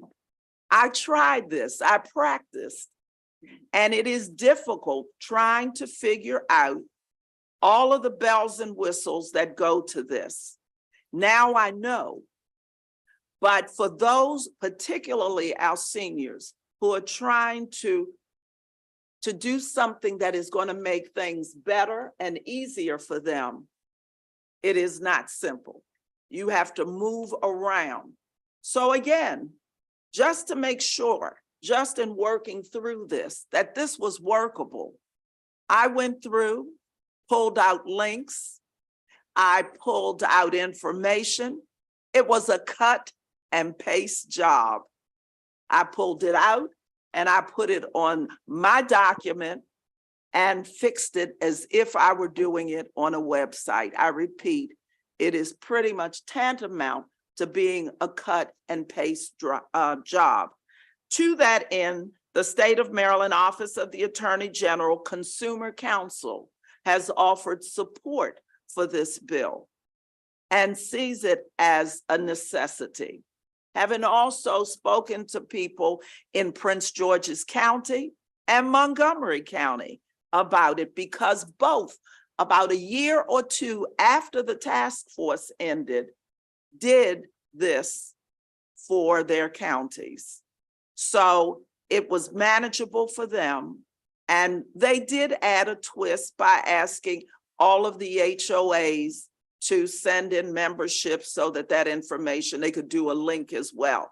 But this is asking just for the links, asking for an opportunity for folks who are moving into a COC to be able to go to one place and either find a link or see some basic information about their rights and responsibilities if they buy into a COC. Okay, Delegate Holmes, are you here to testify or just eye candy, or what's your role there? Well, Mr. Chair, I am definitely eye candy. However, I am here, I put together the bill originally, and because Delegate Pasteur had an interest in this arena, and she's a freshman into the House of Delegates. So I presented the bill to her to present, and she's doing an excellent job. I will answer any questions, but I'm just tagging along with her. And yes, you are correct, Mr. Chair. I am definitely eye candy. Eye candy. Okay, with that, we've got Senator Watson. Holmes and Watson, back at it again. Real simple question. Do you guys intend to adopt the amendments from the Maryland Realtors? I think they wanted some additional information to the website. I'm not familiar with their amendment request. Okay, they had a favorable with amendments. They wanted to add 3 or 4 additional things, but they thought it was a great idea, and so do I. I am not, can you expand upon what they're? Let me go back and look. I mean, we could share them with you after. Yeah. You know. Okay, I'll send it. I appreciate that. Thank you very much. Thanks. Send it to me. I'm doing work. That's right. He's That's eye right. candy. Thank you. We'll send Okay, it to the eye candy. we've got Senator Carozza. Thank you, Mr. Chair and Delegate Pastor. Thank you for this bill. And I also wanted to echo my colleagues' interest in the Realtors Amendment. And Delegate Holmes, I just want to thank you for your leadership of the Fire EMS Coalition. There's doing some great work this session, and your leadership has made a real difference. I appreciate that. Thank you so much. See, he's not just eye candy. Any additional questions for the duo here? Okay, the dynamic duo. Okay, well, that concludes the bill hearing on House Bill 844. Thanks so much. Let's go to the other side. I see Delegate Griffith over here on House Bill 1162. And I think you are the only witness, so you take the time you need to present House Bill 1162. Thank you, Mr. Chair, and Vice Chair Kagan. Of course, my dear friend and Senator Gallion here. Thank you very much for the opportunity to testify today. For the record, my name is Delegate Mike Griffith, and I request a favorable report on HB 1162, the study on utilization and the expedited licensing process for service members, veterans, and military spouses. So I served in the military, got out of the military, and struggled for a little while trying to find a career. So in contemplation over the last couple of years, trying to figure out what Maryland does to help create pathways for careers for our veterans and their spouses. I started doing some digging during the interim, working with legislative services, and all the way up until the filing deadline, myself, my team of legislative services still had a difficult time unpacking exactly what our laws are, what the opportunities are, how we communicate this to our veterans, to our spouses, to folks out of state, to draw them here to be able to work in their fields in the state of Maryland. And so we kind of fell back to the position of a study to really unpack what we do. We all want Maryland to be a safe haven for our veterans and for them to bring their good work, their skills into Maryland and to supplement our workforce. So what HB 1162 does is seeks to study not only how we can make sure more of our military members, veterans, their families know what opportunities are available to them, but also find ways to improve on the work of the body of the General Assembly already has done over the number of years. Currently, Maryland law requires varying state agencies to help active military personnel, veterans, and their spouses obtain expedited occupational and professional licenses, registrations, and certifications in recognition of their military training and experience. It also requires occupational units throughout the state government to give credit to service members for their relevant military training, education, and experience in connection with any one specific license.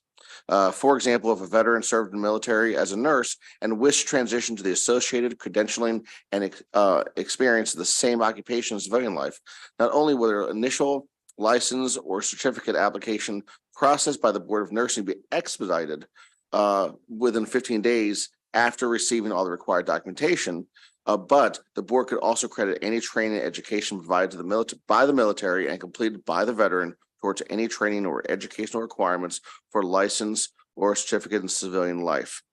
So what we're trying to do here is simply study what we currently do, find out how we can house it, communicate it out to folks, make sure people are aware of it, and how we can build upon it in other types of careers so we become a safe haven and a magnet for military members and their spouses to be able to go directly from their military service into their careers. This bill is supported by the Veterans Caucus, the Army Alliance, and the Maryland Hospital Association, and the physical note is 0. So I would be grateful for a favorable report on this bill, and I'm happy to answer any questions. Okay, Senator Carrozza. Thank you, Mr. Chair, and Delegate Griffith, thank you for this bill. And my only quick question is that I noticed that I think the report or study is, did I see June of 24? Mhm. And I think knowing of the interests of the Veterans Caucus, and we have a session between when that report is due, perhaps there could be some information that could come out of the preliminary work done that could lead to some action next session, and maybe we could prioritize that within the Veterans Caucus. The reason we actually went to June 24 is because legislative services actually said because our current laws are in so many different places. Apparently, this is divvied up amongst a bunch of different departments, and it was hard for them over several months to even start to unpack what we do. They actually asked for 2 years for the study. So we're like, we need to get this solved sooner. We have a lot of these careers we really need to backfill with our veterans. So we asked for 1 year. I'm certainly happy to accept it. I would consider that obviously a friendly amendment, but they actually originally wanted 2 and we backed it down to 1. So. Okay, any additional questions for sponsor? Okay, seeing none, that concludes bill hearing on 1162. Thank you, Mr. Chair. Let's go to Delegate Rosenberg, and then we'll go to Delegate Howard. After that, we'll get close. So Delegate Rosenberg, we're on House Bill 410. Got 1 favorable in person and 1 unfavorable in person. So we've got Morgan Drayton. Is Ms. Drayton here today? Signed up favorable, come on up. And then after that, we'll have 1 unfavorable in-person witness. So Delegate Rosenberg, welcome. Take the time you need. House Bill 410. Thank you, Mr. Chairman, Madam Vice Chair, and members of EEE. I'm here on behalf of House Bill 410.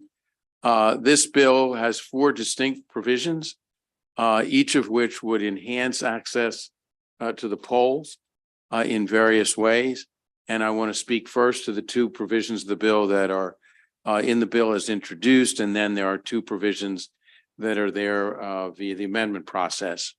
First, the bill provides that if a precinct is to be changed, or if the local board proposes to change the location of a polling place in a certain precinct, and it's more than 21 days before the election itself, there must be public notice and a public hearing on that change. This is the result of this is not a hypothetical. In my district, this past primary public school closed as part of the 21st Century School program in Baltimore City. Public school was the polling place, no longer suitable because it was not being maintained well. So the board moved the polling place to a nearby firehouse where there was no on-site parking, where people had to cross a very busy intersection if they parked across the street at a shopping center.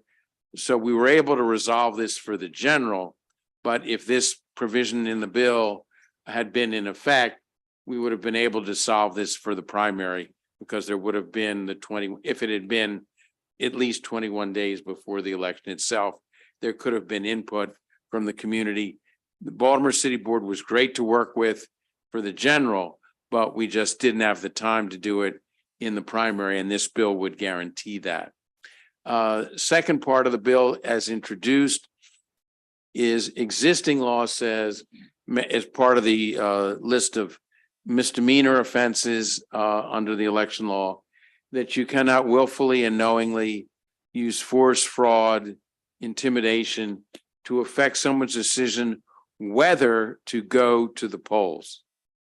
So, dating myself, that provision, and perhaps I won't be some other people in the committee, this provision of law was enacted after a scurrilous piece of literature that urged people to vote on the wrong day, implied that if you hadn't paid your landlord, you couldn't vote. If you hadn't paid, of relevance to this committee, if you hadn't paid your monthly electric bill, you couldn't vote.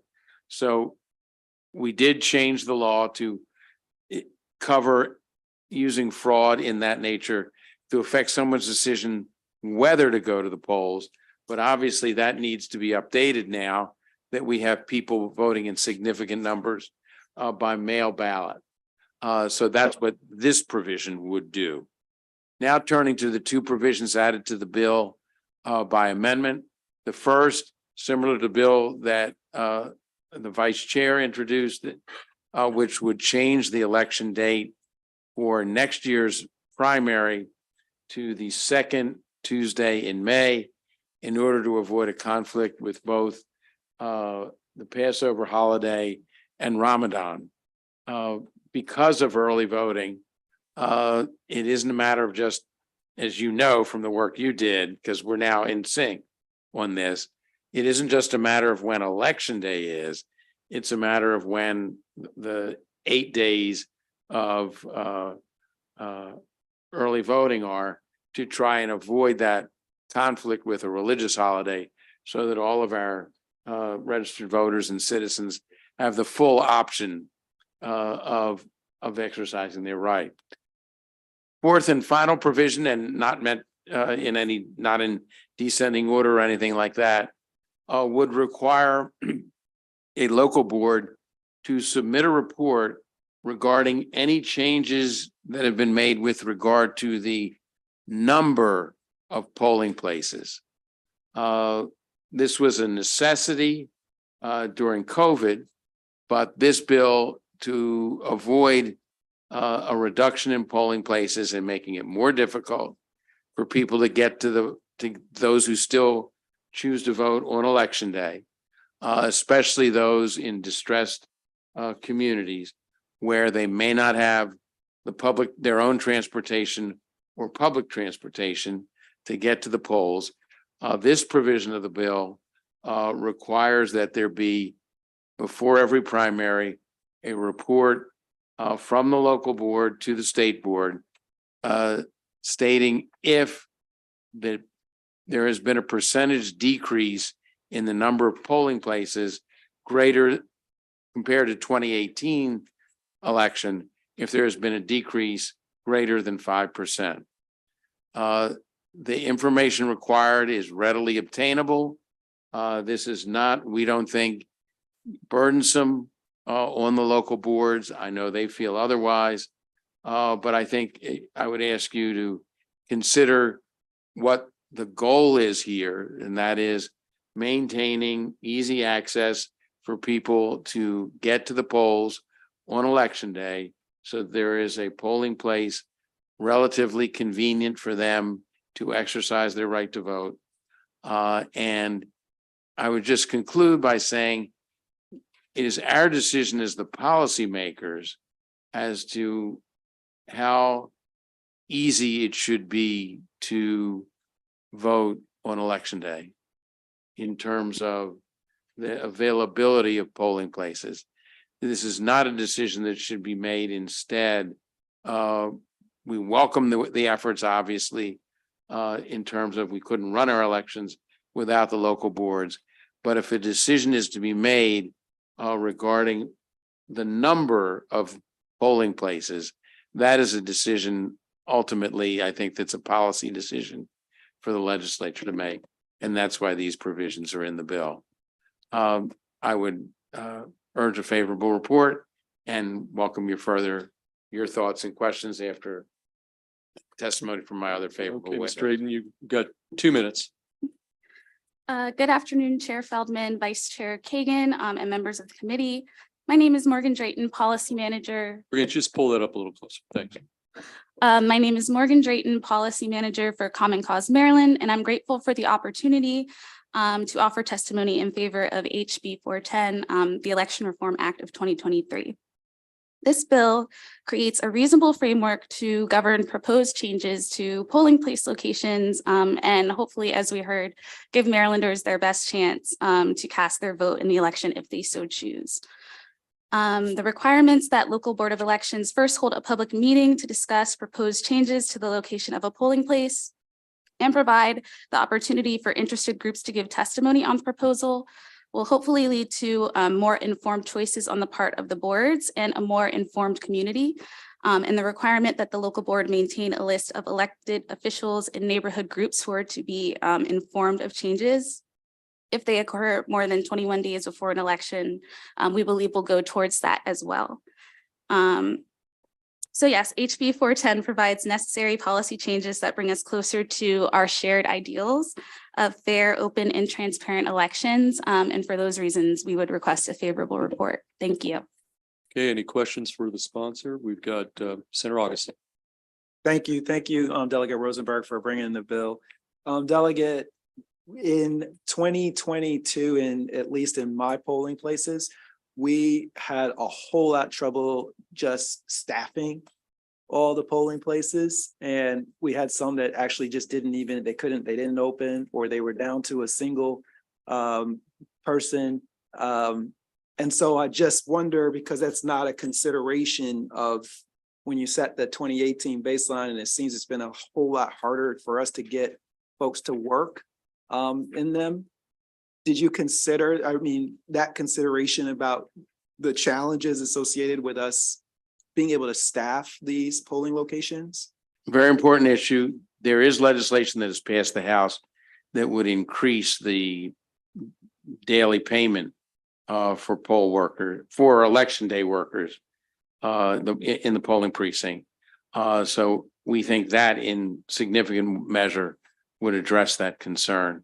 And there have been other efforts, I think, recently to work with organizations, public service organizations, to get more people to the poll to work as election judges. Okay, but you didn't consider it as a part of this? You feel like this is a separate issue? Is that what you're saying? No, I was saying that I think we're addressing the valid concern that you've raised in part by raising the salary, the payment for being an election judge, that could help get more people to sign up as election judge and fulfill that important responsibility. Thank you. Okay, Vice Chair Kagan. Mr. Chair, I totally echo my colleague, Senator Augustine's concerns as one of the concerns with this bill. And we've had that hearing in this committee, but I don't know if we want to count on if that moves or doesn't move or is vetoed or, whatever. So I don't think there are any guarantees, but I have a question about the whole in a building. So there's a precinct in my district that there are actually several that have multiple precincts in one building. And your focus in this bill as amended is on buildings. And I wonder if you can speak more about that and the 5% piece.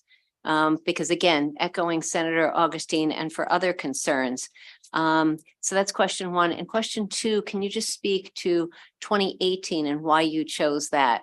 Because 2018 and then some things moved around 2020 for distance during COVID and then 2022 with redistricting. So, and now in 2024, if this were to become law, so a voter could have been moved 4 times in terms of their polling locations and could be really hard to reach and educate to make sure they show up at the right place if they want to vote on election day as opposed to by mail or via early voting. So I'd love to have your thoughts. Well, I would say, thank you. Sure. 2018 is pre-pandemic. Yeah. So that's the baseline. That's where people for an extended period of time have been voting. Perhaps you can explain it to me better, but I don't know how redistricting affects the precinct location unless the precinct itself was divided as a result of, which could happen in congressional, but not likely to happen for our lines. So, and what was the first question? I'm sorry. 5% in buildings and the focus on buildings as opposed to number of precincts. Can you speak more about that, please? I guess buildings, because that is the determinant of whether people's familiarity with where they go, a way of judging the distance they must go in order to vote. And so as was the example in the first part of the bill, simply moving from one public facility to another had other aspects, other impediments to voting, which if you didn't live in the community, you might not be aware. I mean, in my own district, we've always voted at the Glen Avenue Firehouse. Okay, that's my brother's precinct. Okay, where he works election day. But so it's logical to think, well, we can move to the Rogers Avenue Firehouse because we voted firehouses, but that one wasn't specific. And I think this is part of, in general, this is a change that has to be, we have to look at all the ramifications and make sure that the voters who are effective have an opportunity to provide their input on any change that is contemplated, whether it's in the first part of the bill or in the 5%. Your example of the fire station that didn't have parking and you have to cross an intersection is a highway is problematic for sure. And so I think careful analysis by the local boards of election and stuff makes sense, but we might want to chat about this bill a little bit later because I think some of the ideas are really worthy and important, but I have questions about other parts. So thank you, Mr. Chair. Okay, any additional questions of this panel? Senator Washington. Thank you, Delegate Rosenberg, for your thoughtful, always thoughtful considerations, and also being our House Chair of our AELR committee. So looking forward to doing that work. I have 3 questions. One, do jurisdictions or boards of election, local boards of elections, are they required to produce polling plans? Like under the bill? No, just in general. Are they required to produce a plan that anticipate, that anticipates There- or takes to. I believe that's who's testifying in opposition, so that's a question better answered by them. Okay. The other thing is, you're doing a couple of things in the bill. So one, it seems like you're wanting to add some additional prohibitions, protecting activity. Let me see somewhere. Well, anyway, so I see you're trying to adding, all right, I'll Well, forget it's that. already, I think if I Yeah. may, it's already against the law to interfere, to knowingly and willfully the criminal requirement, Right, using fraud or intimidation right, with someone's decision whether to vote at the polls. right. So this is just amended to provide the same standard for seeking to affect someone's decision whether to vote by mail. If you're using fraudulent means to simplify it. Oh, so when you're so number 6 is just adding vote by other lawful means. Okay, so you're adding that. And then the additional language of force, fraud, threat, menace, is that out? That's in the existing law. So we're just copying the existing law and extending it to, the existing law speaks to your decision whether to go to the polls. And this would apply the same standard to your decision whether to vote by any other lawful means. So we won't be back here however many years from now if we've come up with yet another means of voting. Now, the other question I want to ask is that there's been some discussion, given the number of people who are now choosing to vote by mail, right? And so we have experienced in the 2020 election and the 2022 election, some polling places that very few people are going to, but yet they are voting. And so there's been some discussion about, particularly in Baltimore and elsewhere, the necessity of all the current locations. So if you use 2018 as at the baseline, which is what that number is not an accurate reflection, of people who use that polling place. And so there may have been a decision to change the location to a smaller location, right? Or if there's increased voting, a larger, or to consolidate some precincts. So was there consideration of that? And then I think that's another reason why 2018 and a general election for 2018 may be off. Can you imagine that? I mean, the key is, what is our policy objective? So I'm not, as the bill sponsor, wedded to 2018. The question is, what's the best way to judge the effect of any changes, proposed changes Right. upon the ease of people in terms of transportation, in terms of walking, in So terms that's of the- access. Okay, is to interject that into the decision-making process that local boards have, is to take into consideration access to the changed location. And Right. not to just change it because it's available, but to change it because it'll serve the purpose. Okay, thank you. Right. All right, Thank you. Okay, any additional questions for this panel sponsor? Okay, seeing none, we do have one unfavorable witness, then we'll move to the next bill up to that. Thank you. Unfavorable, Catherine Berry, Ms. Berry. And you're signed up unfavorable, and then we'll go to Delegate Howard. You'll be up next after this, okay? Good afternoon, Chair Feldman, Vice Chair Kagan, members of the committee. For the record, my name is Catherine Berry. I'm here today representing the Maryland Association of Election Officials. I also am tenured as an election director at Carroll County. You do have my written testimony, so I will not dwell on some of the points in my written testimony, but I do want to address a couple of factors. The first being that the original portion of the bill that is still there, we are required to provide public notice when polling place changes are made. This bill requires specific people that we are required to provide notification to, but I think it's just noteworthy that we do already provide some of that public notice. To be clear, we are not opposed to making sure that we have voter access. However, we also need to account for the changing environment in election processes that this body has passed in previous sessions. With regard to a polling place plan, that plan is entrusted to the local board members who are appointed by the governor's office. So our local boards are expected to approve whatever plan is brought before them. They can adjust it however they want. So that what this bill essentially is doing is taking away that local authority to do so. Furthermore, with redistricting, significant changes happen. Lines are restructured and redrawn. With the way that that we are currently required to create precincts and polling places, the numbers of voters change in different areas.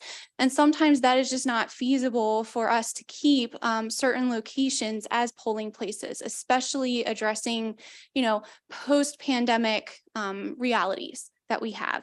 So I would urge you to please review my written testimony, and I'm happy to take any questions of the committee. Thank you. Questions for Ms. Berry, Vice Chair Kagan? Thank you, Mr. Chair. First off, Ms. Berry, thank you for your leadership of Mayo. Thank you for being here. And before I ask my questions, I wonder if we could have all the other county election officials who have joined us, who have come to Annapolis to spend the afternoon listening to all sorts of issues. If you could just stand and say which county you're from, because I think we've got a good variety. Hello, Anne Arundel County. Hartford County, Anne Arundel County. Cecil County, Frederick County, Washington County. Hartford County. Thank you all for your leadership and your service and for helping guide us. And we may not always agree every time, but it's important to have your on the ground perspective. So thank you.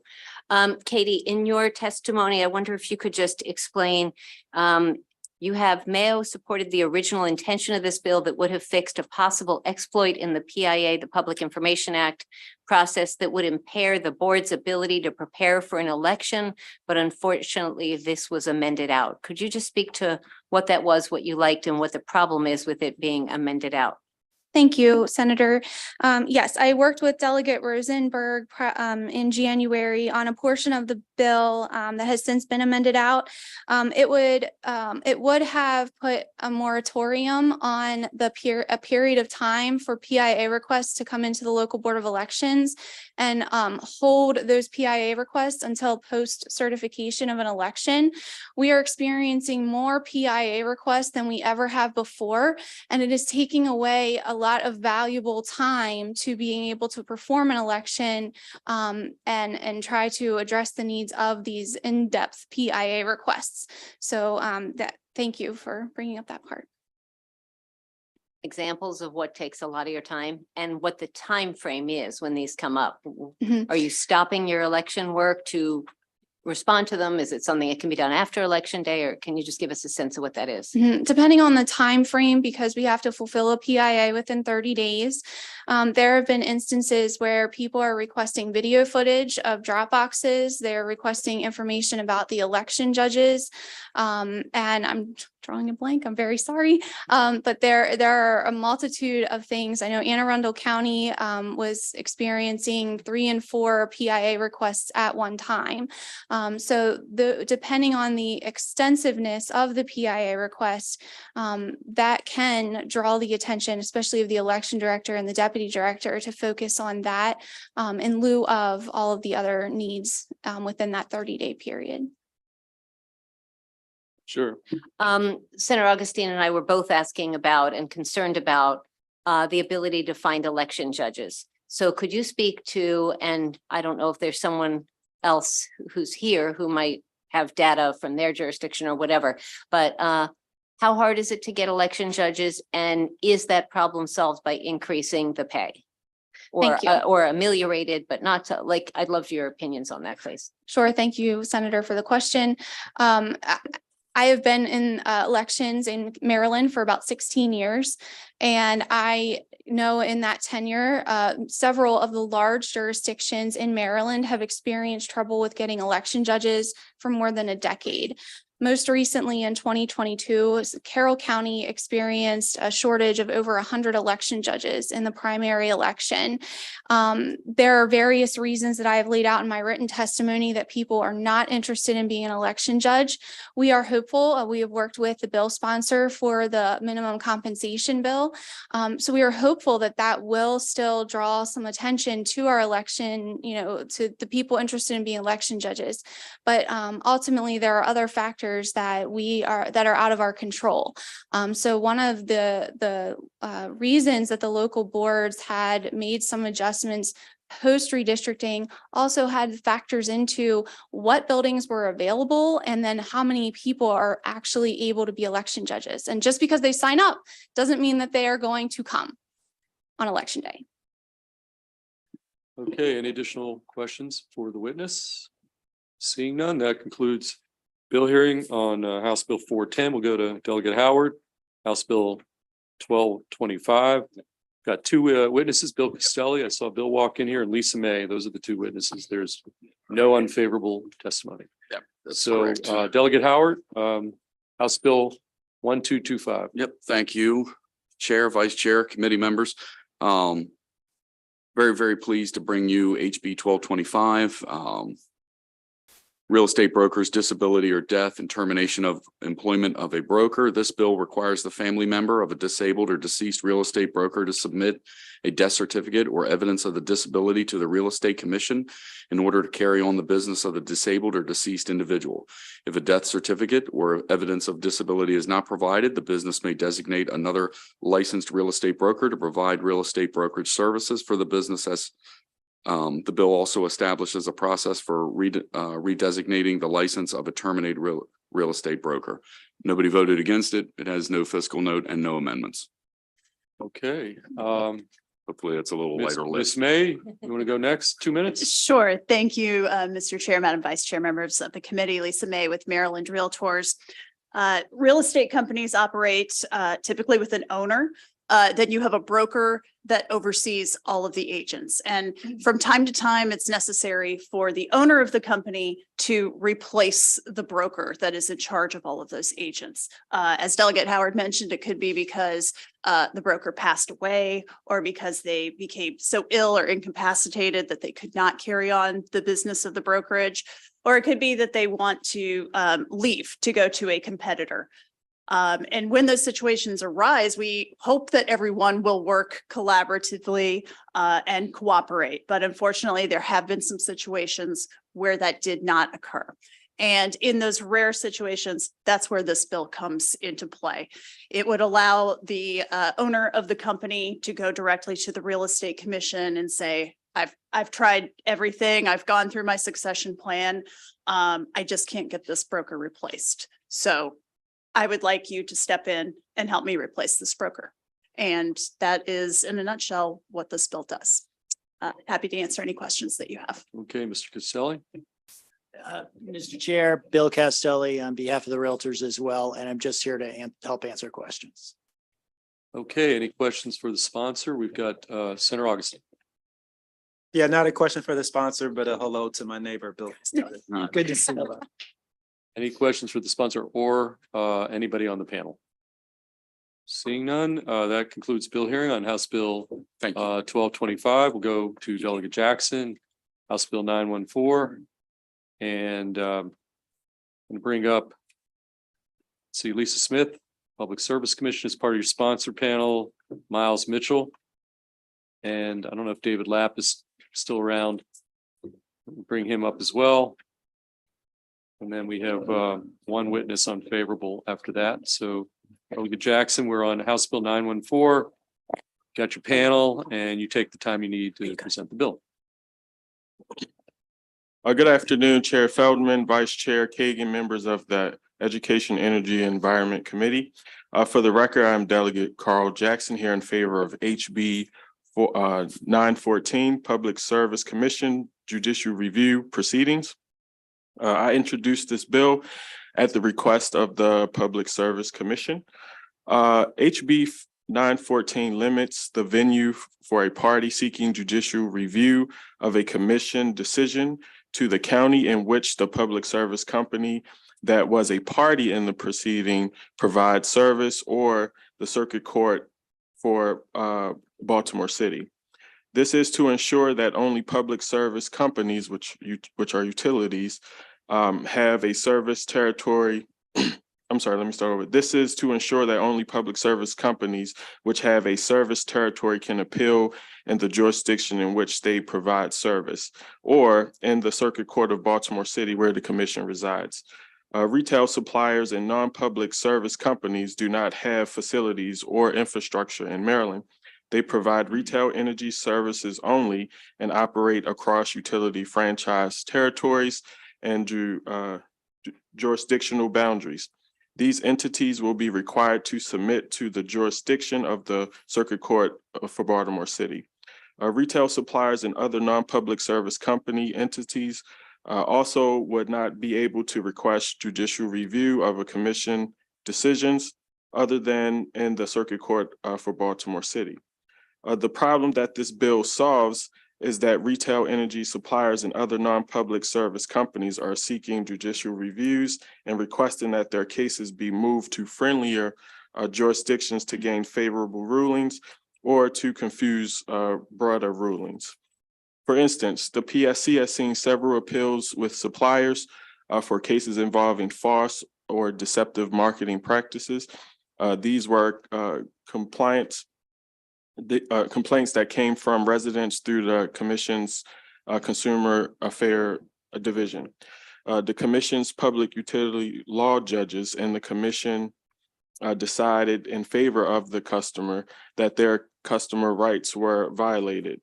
The suppliers then appealed the Commission's decision in various circuit courts, Montgomery County and Anne Arundel County.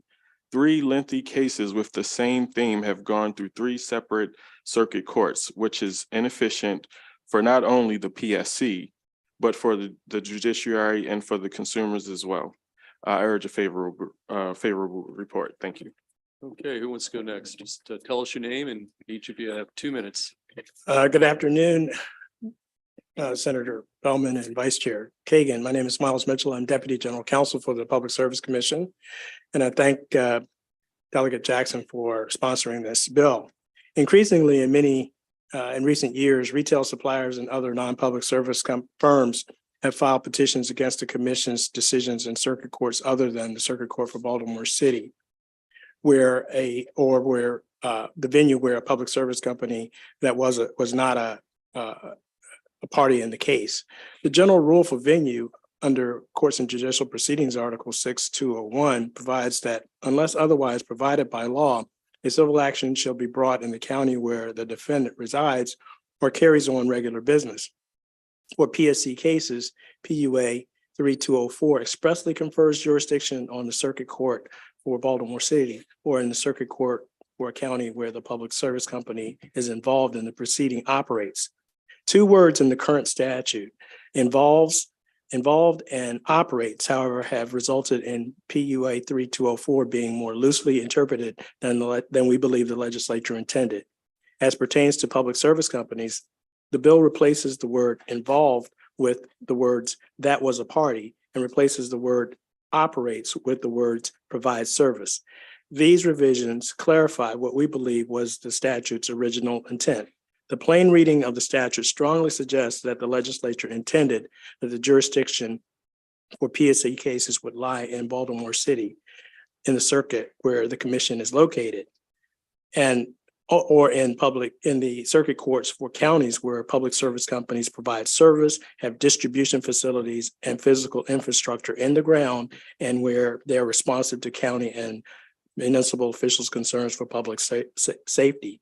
The commission urges a favorable report. Thanks to the committee for the opportunity to testify, and we are available to answer any questions. Okay, Ms. Smith. Good afternoon, Chair Feldman, Vice Chair Kagan, committee members, Lisa Smith, Director of Government Affairs for the Maryland Public Service Commission. I'd just like to add to my colleagues' comments that the commission believes the PSC venue statute was enacted long before the retail choice was enacted. And at that time, when retail choice was enacted, the legislature did not alter the statute to give the suppliers or any other types of companies the right to appeal anywhere besides the default jurisdiction, which, as Mr. Mitchell stated, is Baltimore City, where the PUA also requires our office to be located. The commission believes that clarification would be useful from this legislature due to those words involves and operates that Mr. Mitchell described more in detail, and how they're being interpreted loosely and across different jurisdictions. This situation arose because of not only the enactment of retail choice, but in recent years, the multiple prosecutions of suppliers. So the cases we're talking about are mostly in the last 3 years since 2021. So in short and in summary, we believe that House Bill 914 is a simple bill that will clarify the existing law and improve our administrative efficiency. I can tell you from personal experience, because I assist the general counsel team when I'm not in session. I did handle a case with a company where we had to file one of these motions that we're speaking about. So I know personally the amount of time it takes for our small team, and it is not the best use of state resources to have our team of attorneys brought all over the state for these cases where the public service companies or utilities with franchises are not involved in the case. So that's simply all we're asking for today. Thank you for your time. Appreciate a favorable vote. Okay, Mr. Lapp. Thank you, Chair Feldman, Vice Chair Kagan, members of the committee. David Lapp here for the Office of People's Counsel, and we are very supportive of this legislation. We do think it just clarifies existing law. We are involved, our office is involved in a large number of these cases. We've been involved in these cases against retail suppliers who have been found to violate state consumer protection laws. And then we've gone in circles in terms of the issue of venue, Anne Arundel County, Montgomery County, Baltimore City. We have conflicting decisions. These retail suppliers usually have very tenuous connections with the counties that they're in, unlike the public service companies that the statute does apply to, that have physical infrastructure and people in those counties. These retail suppliers are really just looking for the most favorable for them. So this bill will make everything more efficient. It will save ratepayer dollars. It will save, our time and expense in terms of litigating motions on venue. And so we would ask for a favorable report. Thank you very much. Okay, any questions for Delegate Jackson or his panel? Got Senator Watson and then Senator Brooks. Thank you, Mr. Chair. So currently the public service company can file a petition for appeal to multiple jurisdictions, PG, Anne Arundel, Montgomery County, or Baltimore City, correct? Well, they would file in the county in which they operate. So, Pepco would not be filing in Carroll County. So they would have to have they have to have part of their franchise territory must be in that county. So the courts have said that petitions can be filed in other counties today, right? Yes, they have. I can give you some examples. So right. So it just sounds like, based on, the bill, you want the legislative branch to override the judicial branch on where an appeal can be heard. And you're claiming it's for efficiency's sake. Is that fair? The court, we have only one written opinion from a court on the issue of venue. We have one from the Montgomery County Circuit Court. They actually interpreted the words of the statute. They interpreted the words involve and operates. And those words are the words that are troublesome. We have one case in Anne Arundel County. The court did not interpret the statute at all. It simply issued a performer ruling that it would not transfer the case to Baltimore City. So we're not asking this legislature to overrule court decisions. We're asking this court to clarify what was really meant by involved and operates. And these, as Ms. Smith noted, that the venue statute was established long before retail choice. Retail choice came to Maryland in 2000. The statute has been the words involved and operates were in the statute before retail choice, and the legislature didn't change the statute, notwithstanding the fact that retail suppliers were coming in. But the statute only applied to public service companies. It didn't apply to retail suppliers. So if we and other approve this firms. bill, all appeals will only be held in Baltimore City. No, that's not correct. All petitions for judicial review will be held where it depends on whether a public service company is a party in the case and brings a petition, or and they can choose whatever county they operate in where they have physical infrastructure. Petco frequently files cases in Montgomery County. Potomac Edison files cases in Montgomery County. Washington Gas files cases in Prince George's and Montgomery County. Washington County can be a venue for Potomac Edison. Customers, when they bring cases, if a customer brings a complaint or a petition for review of a commission decision, if a public service company is involved, they can bring it in any county where that public service company operates. I got whether you. Somerset. or One last question, Mr. Chair. So it sounded like the sponsor used the word efficiency, and the lady to your left mentioned a small group of folks who travel all across the state, right? Which is what you currently do to handle some of these cases. And the desire is to restrict that only to Baltimore City. I thought that's what I heard.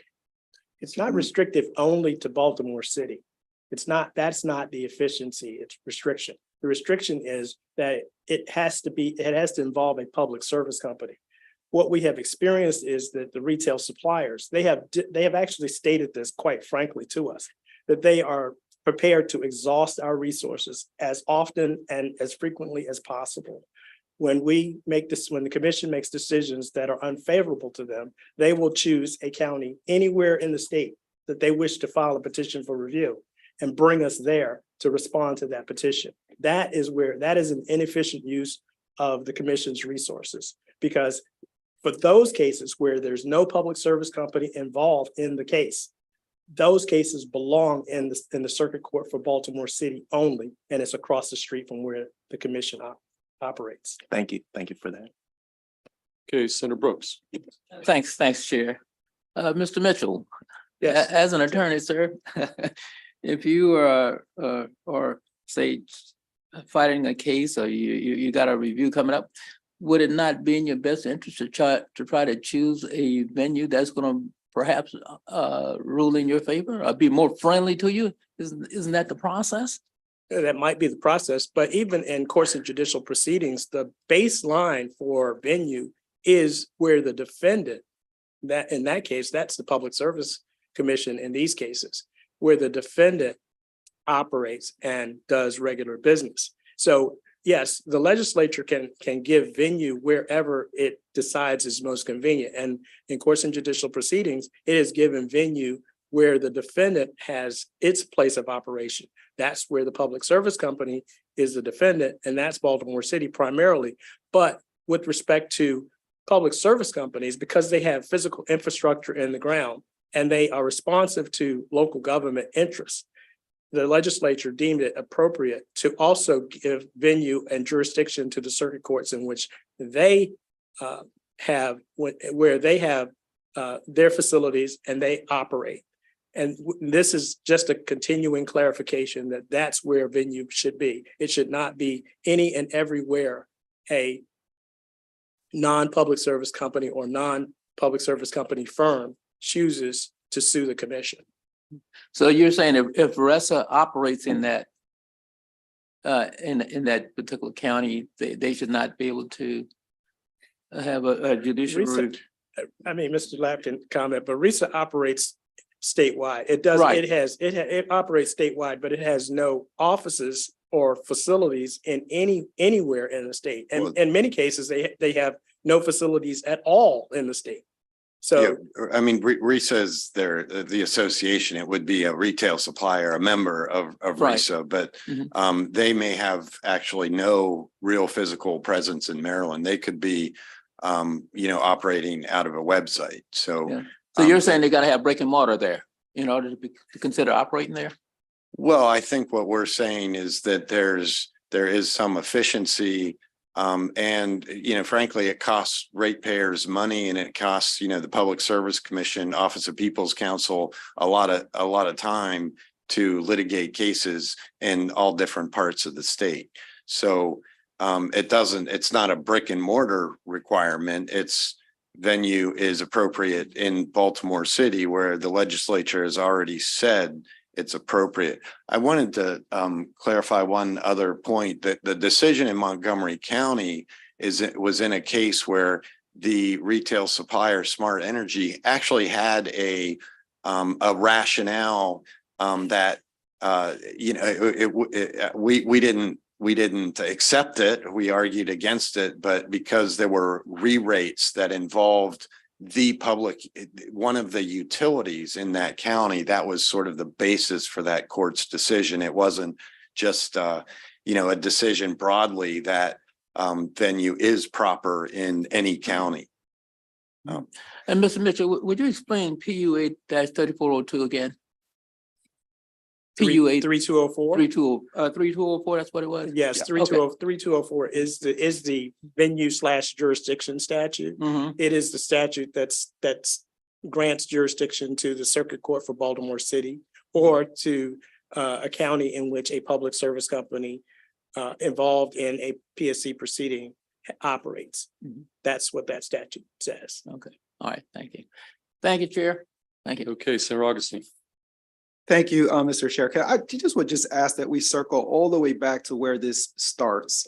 Would you all share what type of cases we are actually talking about to start with?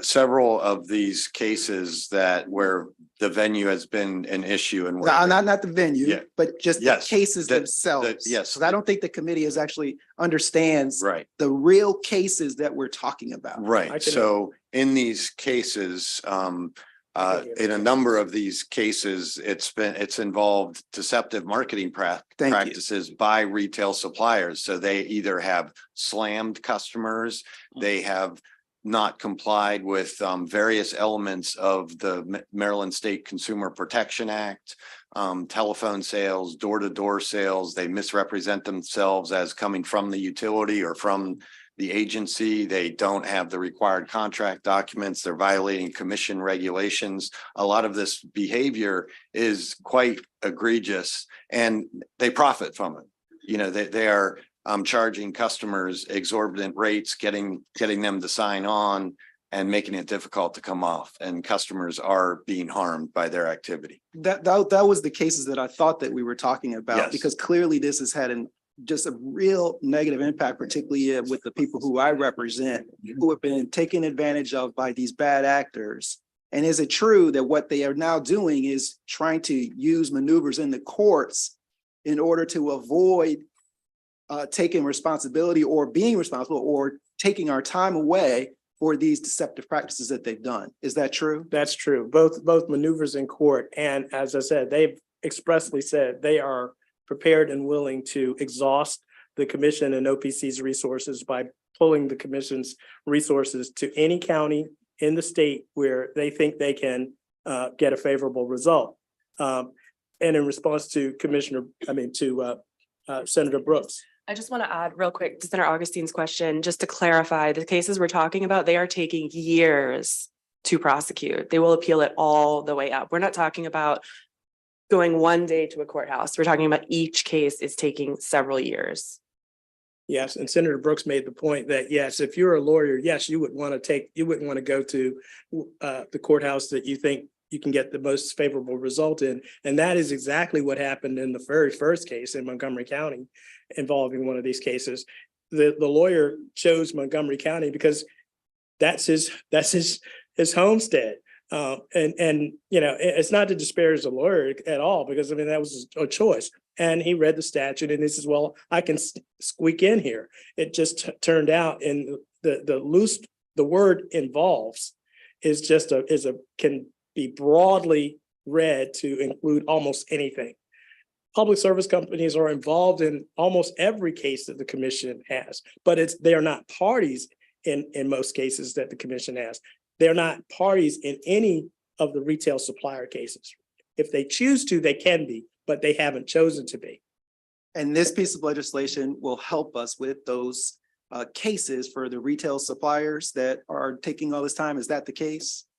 Yes, it will consolidate the cases where it's supposed to be in Baltimore City, which is, we believe, the legislature's intent, and then the case law will all be coming from one jurisdiction. We won't have a mess of a body of case law as well. So hopefully that will deter bad actors in the future as well. Thank you Protect so customers. much. Okay, Senator Brooks. You're good? Okay, any additional questions for the panel? Okay, seeing none, we have one unfavorable, Mr. Reinhardt, Richard Reinhardt, here signed up unfavorable. And that will be the final witness for this bill. Mr. Reinhardt, you heard prior panel and you've got 2 minutes on the unfavorable column. Thank you, Mr. Chairman. For the record, Richard Reinhardt with Percy Public Affairs. We represent the Maryland Retail Energy Supply Association, RESA. We have submitted our written testimony in opposition to this bill. I want to take the time to actually answer some of the questions that the panel presented to the supportive panel just a moment ago. This bill is talking about choice. And the courts have determined that there is a choice that is afforded to public retail energy suppliers. And that choice has been that if we have given the opportunity to appeal a decision or an order by the Public Service Commission, certain courts have said, yes, we can hear your case in this particular venue. It does not necessarily have to be in Baltimore City. In some cases, they've said, yes, they can.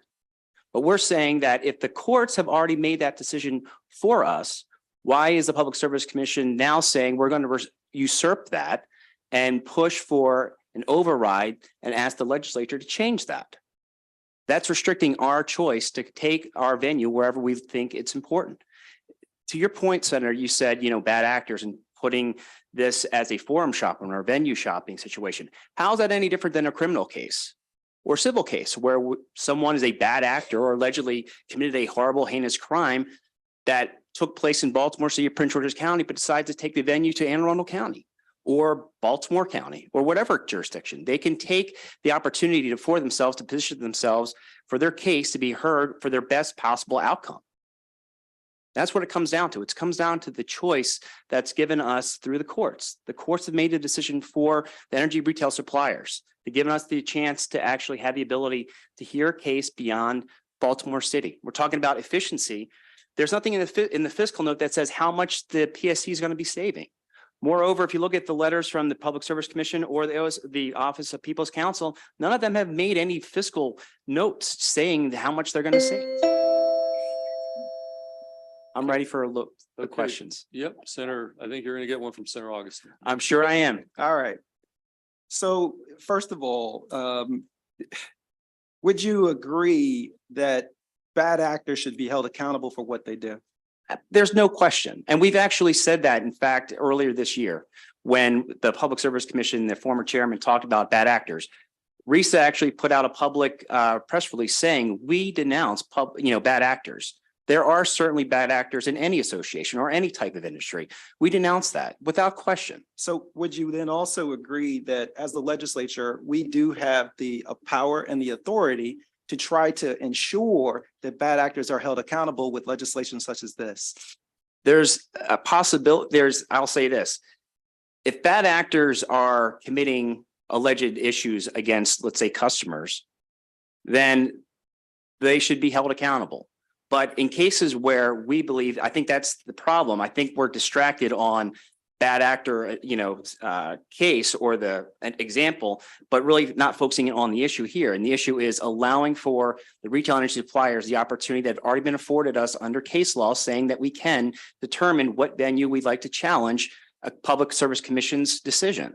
And we've been given that. Why should that be any different than the public service companies? Would you agree that leaving it the way it is would protect bad actors when, again, we're attempting, we would, if we pass this legislation, we would be doing so such that we would close a loophole? And would you also agree that if your clients didn't use deceptive tactics, take advantage of the folks who live in my neighborhood, wouldn't have to deal with this at all? I'm not going to speak on bad actors because my representation of that association does not represent bad actors. And if there are bad actors, we've publicly held them accountable and we've said publicly that we denounce any type of misrepresentation. But I will say one point to your question. You asked about closing loophole and making sure that bad actors are held accountable. They will be held accountable, whether it's in Baltimore City or any other venue. Okay, so last thing. If your folks don't do anything wrong, why are you even here? Shouldn't even care about this. If your folks don't have any issue with this, they wouldn't even be involved in the courts. I'm not sure why you would even be here. Because again, it comes back to what we were saying.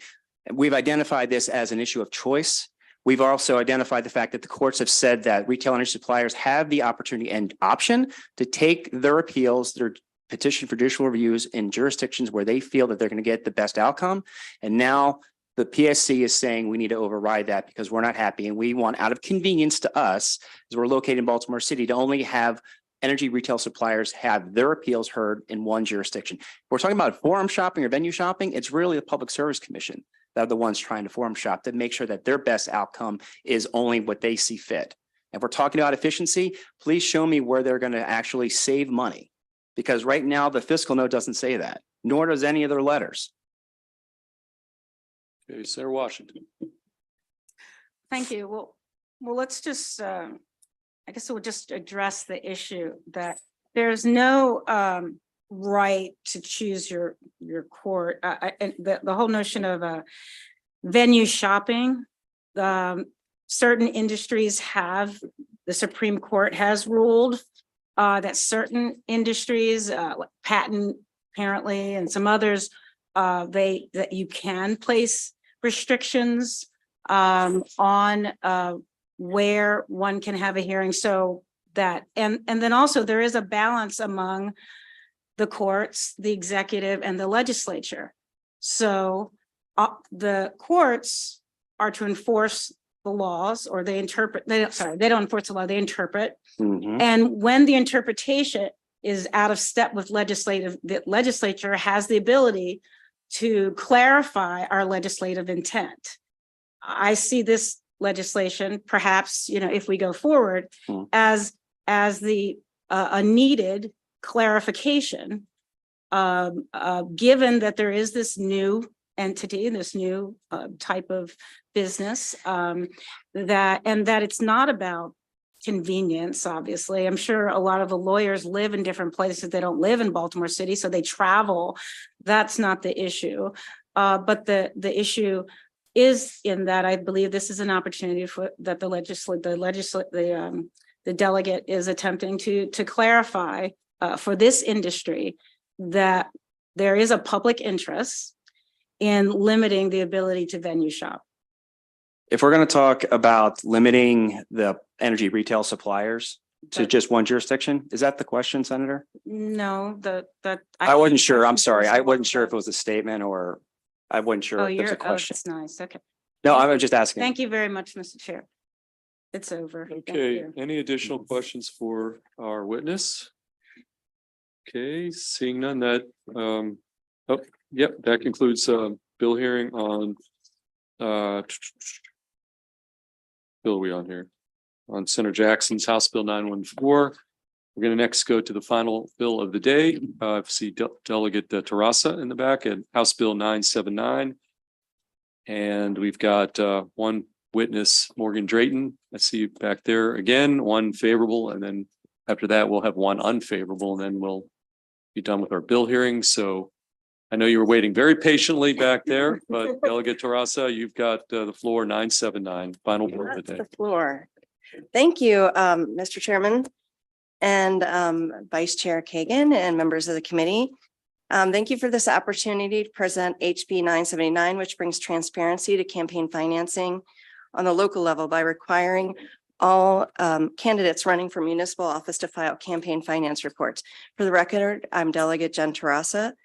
We're all very familiar with having to file campaign finance reports. Every one of us here has done that. It's a requirement for candidates for federal, state, and county offices, and even school board candidates. But it turns out there's no statewide requirement for municipal candidates to report the same. To be clear, some municipalities have their own requirements, and under Maryland law, if they do, the candidates have to forward copies of whatever they file with the municipality has to be filed with the State Board of Elections to be posted on their website, essentially so that all reports can be found in one place. However, to my knowledge, I was told 35 out of 157 municipalities in Maryland require candidates to file campaign finance reports. I looked on the website for the State Board of Elections and have been discussing with Jared Demarinis, who had to leave. There's only 16 that have filed. So every one of them that has a requirement is supposed to have filed. So either there's only 16 or some of them are out of compliance. The bill would provide the same transparency for voters in the other 122 or more municipalities. So why is this important? Information as to where campaign money comes from and how it is spent by candidates can aid voters in evaluating those who seek office. Knowing the source of a candidate's financial support alerts voters to the interest to which a candidate may be responsive and facilitate predictions of future performance. So what does this do? Specifically, House Bill 979 requires municipalities to require candidates for municipal office, like mayor, city council, et cetera, to file reports of donations and disbursements. Under HB 979, these reports can be as simple or as detailed as the municipality wants. It could be what we do with all the getting a treasurer or setting up an account, et cetera. Or it could be super simple, like just here's a piece of paper, write down all what you brought in, here's what you spent on. And the state has to make those reports public. With the municipality has to send it to the state, and the Board of Elections has to make it public. HB 979 was amended to allow municipalities to exempt candidates from filing reports if they either sign an affidavit that they will not spend or raise more than $1,000, or if they in fact raise or spend less than $1,000. So I just really, before I conclude, I want to just take a minute. As you see, MML is unfavorable. And they say that it might be administratively burdensome on small towns. And what I would say is that, as was pointed out in Ways and Means Subcommittee discussion, these are the same municipalities that already have to run elections. And what we're asking for is much less burdensome. In addition, I would say, and I talked to Jared Demarinis about this again, he is more than happy. In fact, we were almost going to put it in a pre-language on this bill to come in and aid any of the municipalities who want help setting this up. The bill allows for, as I said, a really simple process. It really doesn't require much. You can do it as complex or as simple as you want. The other point they brought up was the ethics that electeds and sometimes candidates in cities have to file ethics reports. And generally, as you know, ethics reports are filed after the fact. And basically, so they don't serve the purpose of the campaign finance reporting laws do, which is to help voters make informed decisions. And even in the unusual case that candidates are required to file these reports before an election, ethics reports involve financial interests of the candidate and elected official, not who has contributed to their campaign, and nothing related to how they spend their money. And finally, they noted that there's a natural evolution that the cities over time are moving towards this. However, again, at the most 35 out of 157 municipalities do this. I believe it makes sense to have the kind of transparency in all municipal elections that we have in our elections, just like the county, federal, school boards, et cetera. So in conclusion, HB 979 makes sure the voters in all municipalities have the information they need to make informed choices by making the candidates report who is financially contributing to them and what they spend their money on, just like we do. It's about transparency, and I urge a favorable report. Okay, Ms. Drayton. Chair Feldman, Vice Chair Kagan, and members of the committee. For the record, my name is Morgan Drayton, Policy Manager for Common Cause Maryland, here to offer testimony in support of House Bill 979, which strengthens campaign finance requirements for municipal candidates. As we just heard, while there are a number of municipalities that already require reporting for candidates, this bill expands campaign finance law to cover those that don't currently have processes in place, ensuring all municipal candidates are required to file their reports with the State Board of Elections. This would be a small but important change for public access to campaign data. In almost every election year, Common Cause handles a surprising number of questions from the public about access to municipal campaign reports. The fact that certain municipalities have their reports posted by the state board while others don't leads to more confusion and distrust at a time when the public is wanting to easily find out who is donating to campaigns. One friendly amendment that we would suggest the committee consider would be a further requirement that SBE post in a publicly accessible place, such as their website, an updated calendar of when municipal elections are taking place, as well as election results once those become available. As far as we know, this information isn't currently compiled anywhere, and we believe that ensuring voters can easily find this information about municipal elections on the state page will help increase voter turnout and civic participation as a whole. So we hope the committee will consider our suggestion, and we would request a favorable report on the bill. Thank you. Okay, any questions for either the sponsor or the witness? We've got Senator Augustine.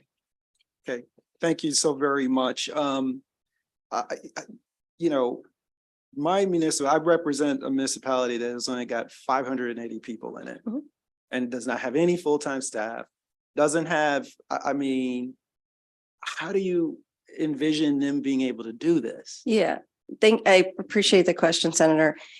From my perspective, first of all, they already have to run elections. So that's a much more complex task, which they're already doing.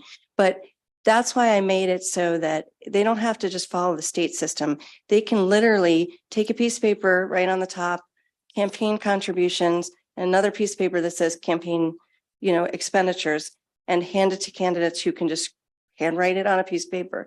And all they have to do is make a copy of that and send it to the Board of Elections. That's all that's required of the municipality. So I understand that some are much smaller, some are much bigger. But I think that type of transparency in elections is really important. Okay. Vice Chair Kagan. Thank you, Mr. Chair. Once again, Senator Augustine and I are kind of doing the Vulcan mind meld here, similar. So I pulled up the list of, and sorry, with all due apologies for, out of the 157 cities and towns in Maryland, so I sorted by population. And Port Tobacco Village in Charles County has 18 residents. And I looked up their website and there isn't one, but you can read about them on Explore Charles County and Destination Southern Maryland and Wikipedia and all that. And then the next smallest is El Dorado, and I would not have known it was pronounced El Dorado and not El Dorado. And that's in Dorchester County. And there are 45 humans, and that's up from 59, down from 59. It's down to 45. And I can look there, and again, Wikipedia and MapQuest and best places and lots of things. They don't have a website. So I totally, and Brookview, I started going through. So the reason that I started going down that little rabbit hole, so I'm interested in who gave money to the candidates for mayor in El Dorado.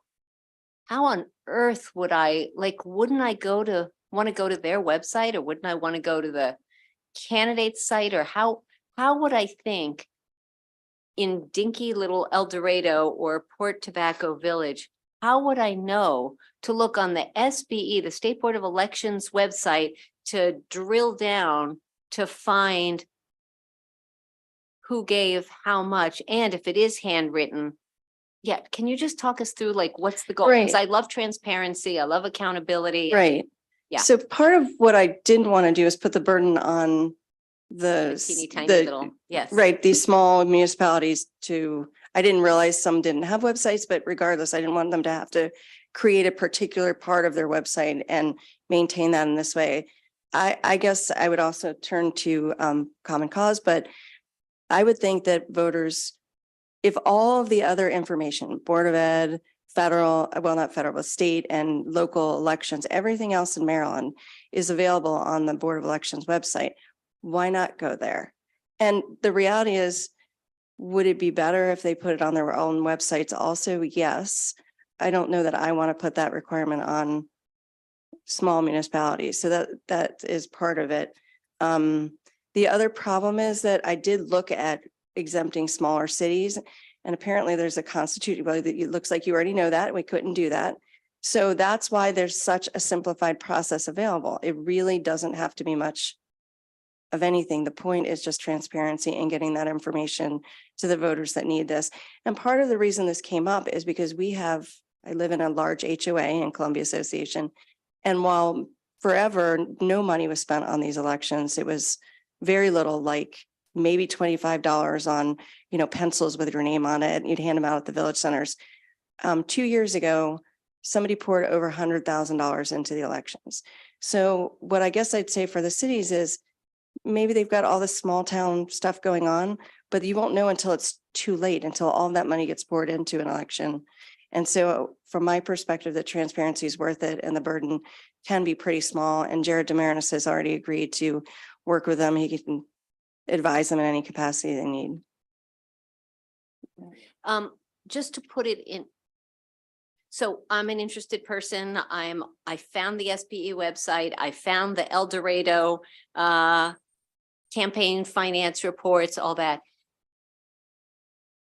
Have you given any consideration to the different rules and caps in each of these Yes. elections? Because if I'm doing my research, I'm a reporter or something, and this one takes corporate money, but this one can't, and this takes money from people who aren't yet Right. citizens, and this one you have to be a citizen or a registered voter, or this one, like, they really may be pretty broad, far ranging in their Right. restrictions. So what I would say is, yes, I thought about all of that.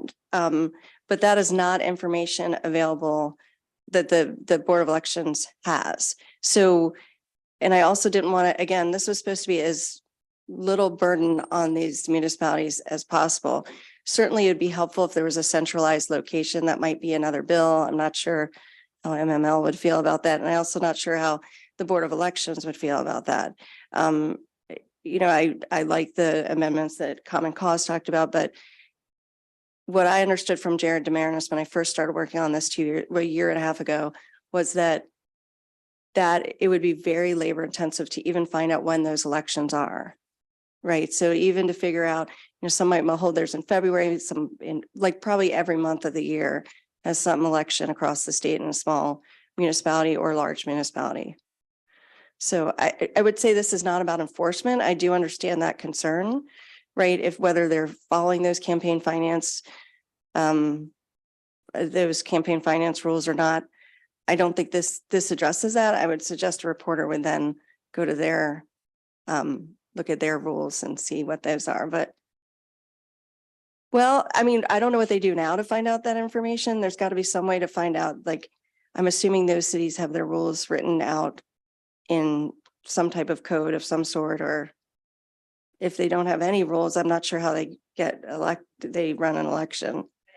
Thank you, Delegate Traza. Thank you, Mr. Chair. Okay, and additional questions, panel? Okay, seeing none, which brings us to one unfavorable, our final witness for today. Thank you. From MML, Bill George. Bill, come on up here, signed up unfavorable. 979, 2 minutes. Thank you, Chair Feldman and members of the committee. My name is Bill George with the Maryland Municipal League, today testifying in opposition to House Bill 979. I think what this boils down to is that municipal elections are inherently different from those that are run at the state and county level, and that's articulated in the Maryland Code. As you'll see that the proposed bill is actually amending the local government article, not the elections article, which is where most of the municipal election regulation is anyway, is in the local government article. As has been referenced, there's a municipal election in every single calendar month of the year. Municipalities have the broad authority to set restrictions on their voter qualifications. Some allow 16-year-olds to vote in municipal elections. Some allow non-citizens, but residents of their municipality to vote in elections.